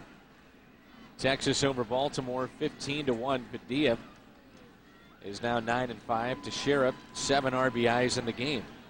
Cleveland over Minnesota. Liriano takes a loss. He's now 10-2. The save for Wickman. Lee the winner. And a final in 11. Oakland over Boston. Houston Street the winner. Out to left center field. Edmonds on the move. On the move, on the move. Jimmy's got it. Thank you, Mr. Edmonds. Midway through 13 tonight. We're all tied up. It's 2-2.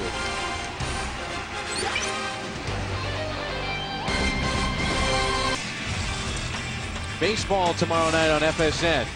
Edmonds and the Cardinals take on the Dodgers in Game 2. We'll come your way at 6:30.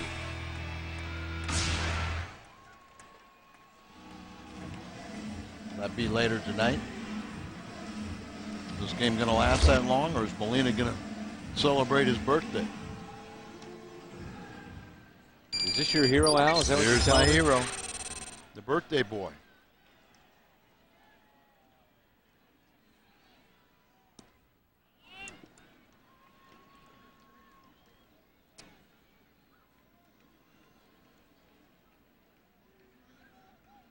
One-0 pitch to Molina.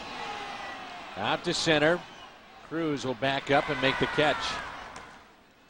You were noting during the break that this ballpark has played fair this year. Played fair, and maybe even today has played big. Right in this game, Weaver instead of run. Well, let's hope he gets a chance to run. But interesting, the newest Cardinal, his debut for the Cardinals as he gets to hit.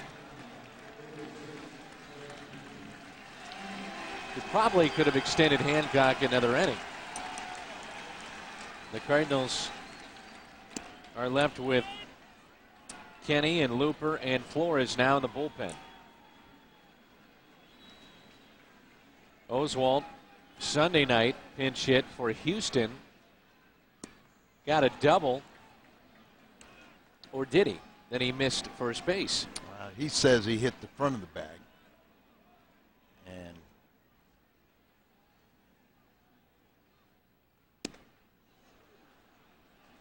it's been a while since Weaver has swung the bat.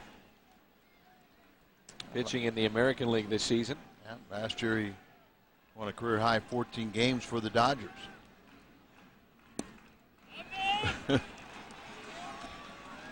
he just pulled a rib cage. Al, don't say it. Just kidding. 2-2 pitch. The outside corner. Weaver strikes out.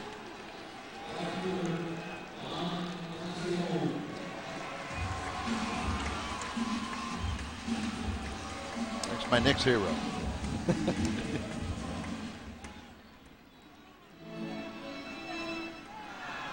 you sing a song? Who Wants to Be My Hero? You want to sing it? No, there's no words to it. No. If I sang, this game would be over. The plug would be pulled. Start singing, Al. I used to wake up the girls. If they wouldn't get up, I'd start singing. They'd scream, please, we'll get up. It is a Maybe if you sing, it'll it's a horrible, give Juan a little luck. horrible, horrible sound.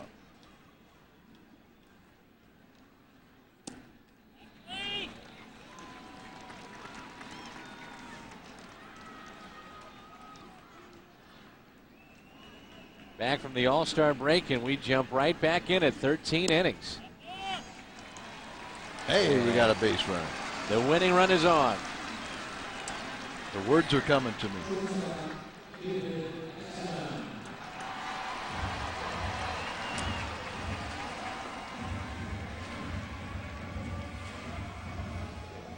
David, big American Idol fan. He knows all about singing. Carrie Underwood, he was a big fan of, and was thrilled to death when she sung the national anthem at the All-Star game. So, At least we're not going to try to shave my head like you wanted to do a few years ago. which you agreed to, and After the tape had been doctored, well, that's beside the point. you and Mr. McCann were up to You stated. tricks. Sent my wife into hysterics. It was only a week before the wedding, right? Couple weeks. Couple weeks. And by the way, Luke's birthday Yesterday. yesterday. Happy birthday, Luke. 1 year old. I'll pass it along. I doubt he's up. He will be shortly. He will be shortly, is right, Al. And my granddaughter Lena, it's her birthday today. Happy birthday.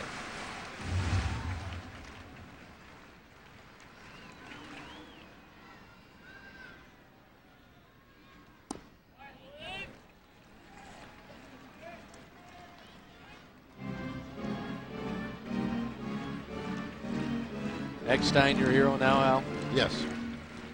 I just said, you know, Carrie Underwood's going to sing.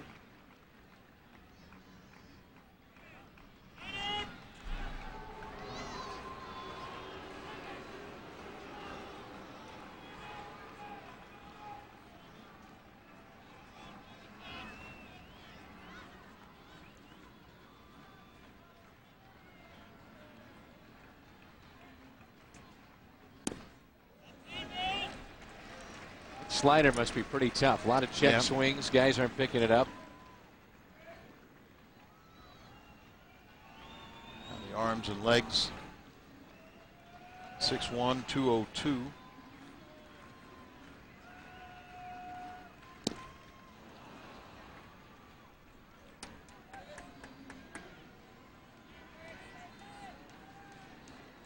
Saito has already walked 3. He's in his second inning of work. One of them was intentional. 2-2 pitch to Eckstein. He hits it out of play.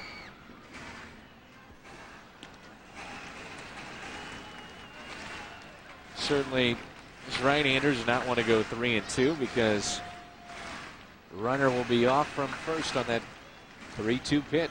Odalis Perez is warming up now for the Dodgers.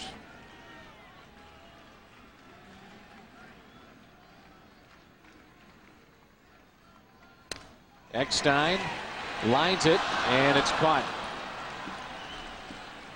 We head to the 14th, tied up 2-2. Welcome back to as we going a little bonus coverage. Top of the 14th inning, 2-2. Lions scores 2-10-0 with 10 men left on for LA. St. Louis 2-9-0 with 14 left over. Looper comes into this ball game. His last outing was Sunday. So he went 2 innings, 1 hit, and got his 4th victory. Grady Little is going, wait a minute, American League, they got curfews about this time. But Tony La Russa experience, this is his 3rd straight game. His team has been in extra innings, and he is employed.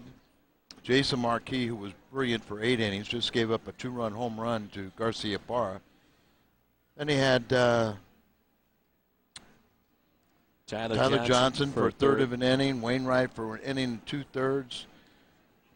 Isringhausen came in, then Josh Hancock for 2 innings, and now Braden Looper starts the 14th. Is Turris, Martin, and Martinez. 2-2 game here in the 14th.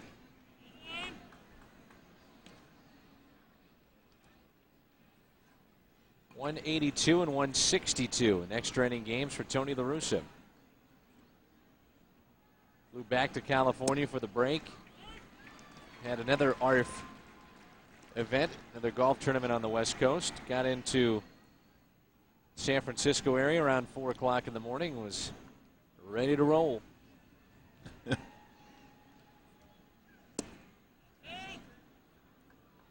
2-1 on his Turris.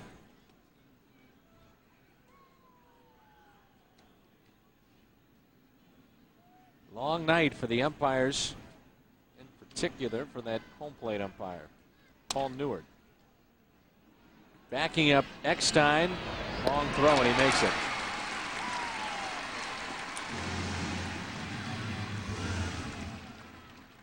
Wasn't sure whether to come forward or not, but he backed up and made the play for the first out to start the 14th.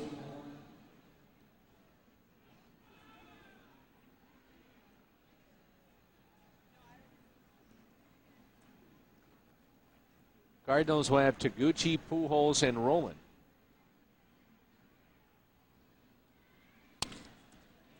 Out to center, 2 down. Found our singer, plate umpire. He enjoys camping, lifting weights, aerobics, singing, and playing with his kids. Admires his mom for being the most complete person he'd ever known, and for raising 9 children. His first major league game was in Philadelphia, and his dad attended, and he left an empty seat for his mom, who had passed away 2 years earlier.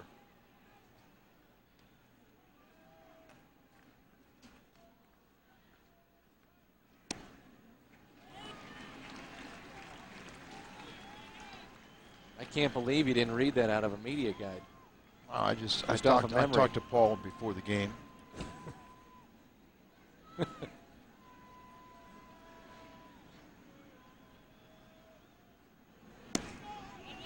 Good pitch, and Looper doesn't get the call, and it's 1 ball, 1 strike.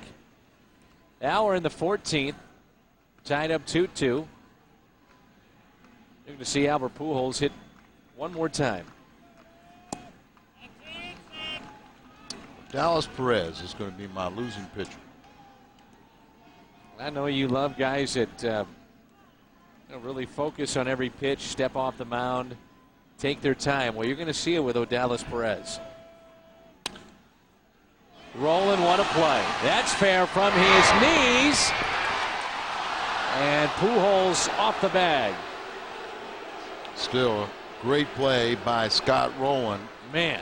Maybe had a little more time, but strong throw from his knees. This is a great play just to get to that ball right over the line. From his knees, he throws a little bit wide, pulls Pujols off, tries to stretch back, but Larry Vanover said no. There's some great action right there. Umpire is signaling that, and now you can see him reach, trying to get there. Good call. And just a little late getting back.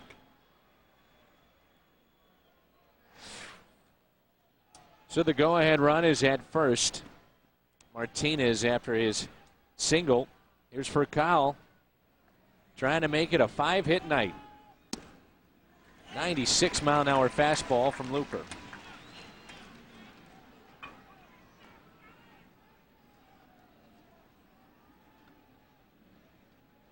One 5-hit game in his career in his last season against Milwaukee.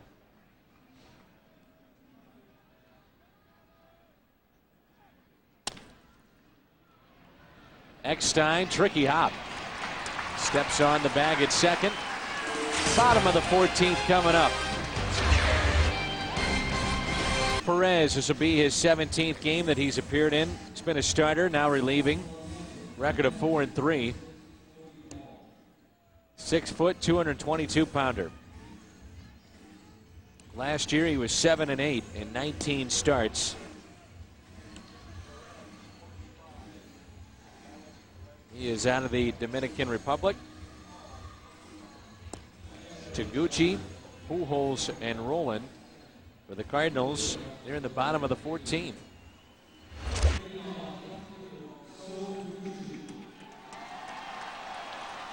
Toby Hall takes over behind the plate. So they're down to Alomar, their bench. The Cardinals down to Bennett on their bench. Cardinals have Kenny and Flores. They have one less reliever, so they're down to Danny Baez. That's it.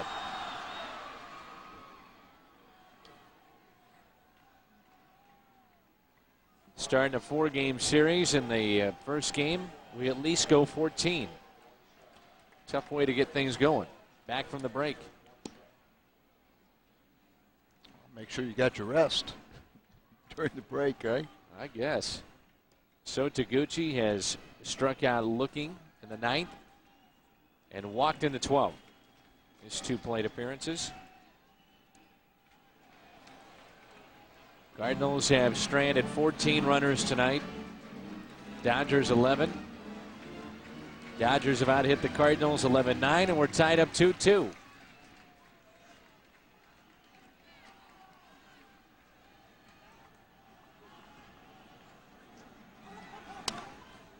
So pulls it foul.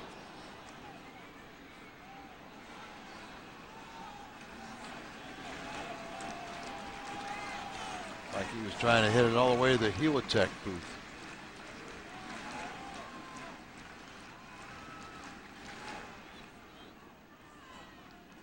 Pretty good numbers for Mr. Pujols against Odalis Perez. I already told you who the losing pitcher is going to be.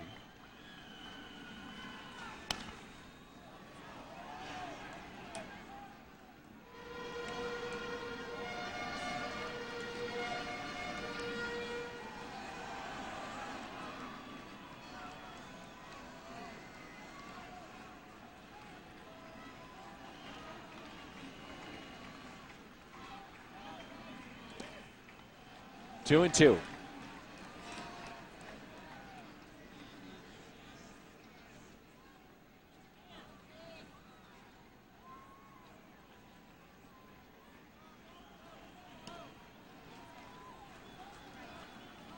Started last year, 19 starts for the Dodgers.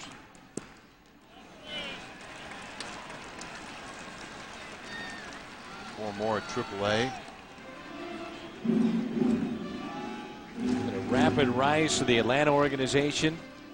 And he actually was in their rotation for just a bit in '99. He had Tommy John surgery and found his way to Los Angeles. The 3-2 has popped up. That's going to find the seats out of play. Best season was back in '02 with LA. He was 15-10, 500 in '03. And last year under 500.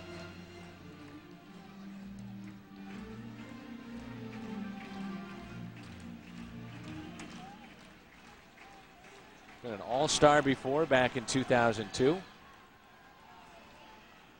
And delivers a 3-2 pitch. So Taguchi out to left. And there's one away.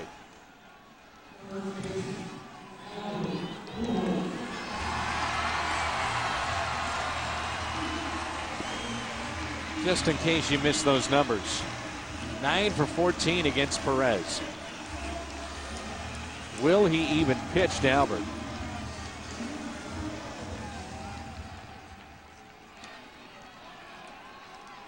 How many times do you ever see where a guy says, I'm going to pitch around him, and somehow, some way they get ahead in the count? The mistake is made. Yeah, and then he kind of thinks, yeah, you know, it's got strike one. All of a sudden, you know, I think this is the time I'm going to get it. And he gets you.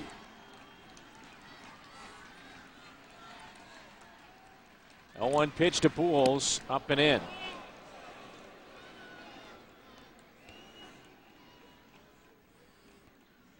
Albert, not a great night. Hit by a pitch. Twice he has fly to center. He has grounded out a couple of times. He does have a double. Count even. 1 ball, 1 strike on Pujols. He could end it with 1 swing of the bat.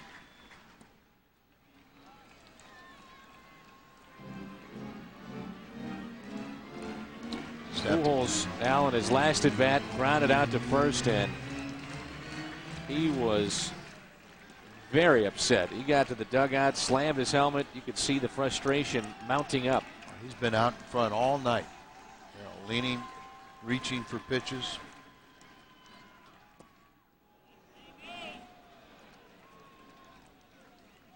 It's 3 balls and a strike.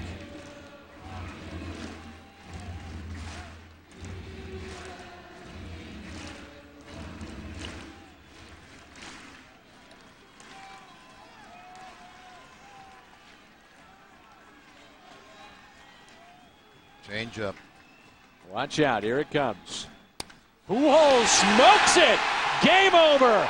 You knew it was coming. Way out of here, and the Cardinals win it. That's number 30 for Albert. 3-2 the final in 14.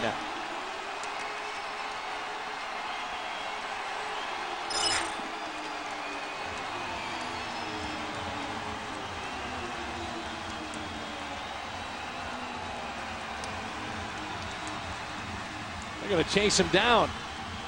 Guys are having a little fun. Jeff Weaver hasn't seen this team lose.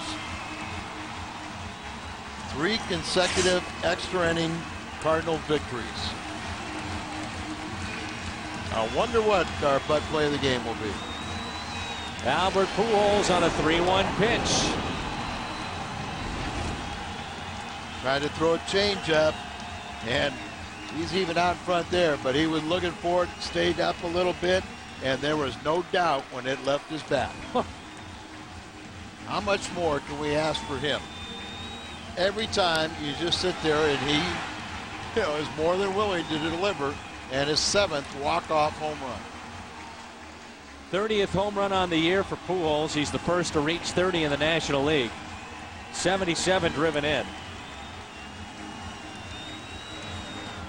He's going to have a visit with Jim Hayes in a moment. Our final tonight in 14, 3-2 St. Louis. Jim Hayes will have a visit with Albert Pujols coming up in the postgame show. 3-2, Al, our final tonight. Good way to start the second half. Well, they out-hit us, but we got him in the end with Albert Pujols. Boy, just every time you ask him to do something, he continues to deliver. Cardinal Baseball produced by Bud Productions, an exclusive presentation of FSN Midwest. Next Cardinals broadcast will be tomorrow night. Baseball report at 6, pregame show at 6:30, play-by-play at 7. Home run by Pujols wins it 3-2 in 14. Stay tuned to Fox Sports Midwest. It's the Midwest Sports Report coming up. Cardinals win it in a thriller 3-2 in 14 innings.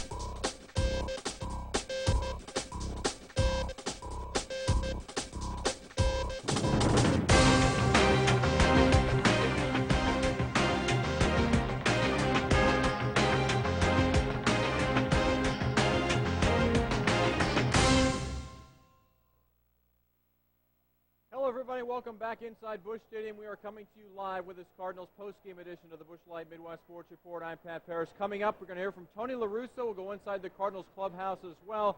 Right now, though, back down to the field. Jim Hayes standing by with a hero of the night, Albert Pujols. They're at the scene, brought to you by Ace Mortgage. Jimmy, take it away.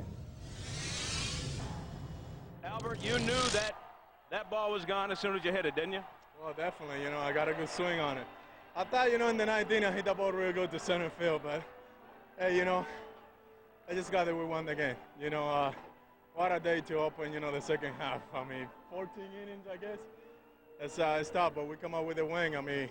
We play hard all 9 innings, and then we went extra, and we don't want to give up. Our pitching did a great job making their pitch when they got in trouble.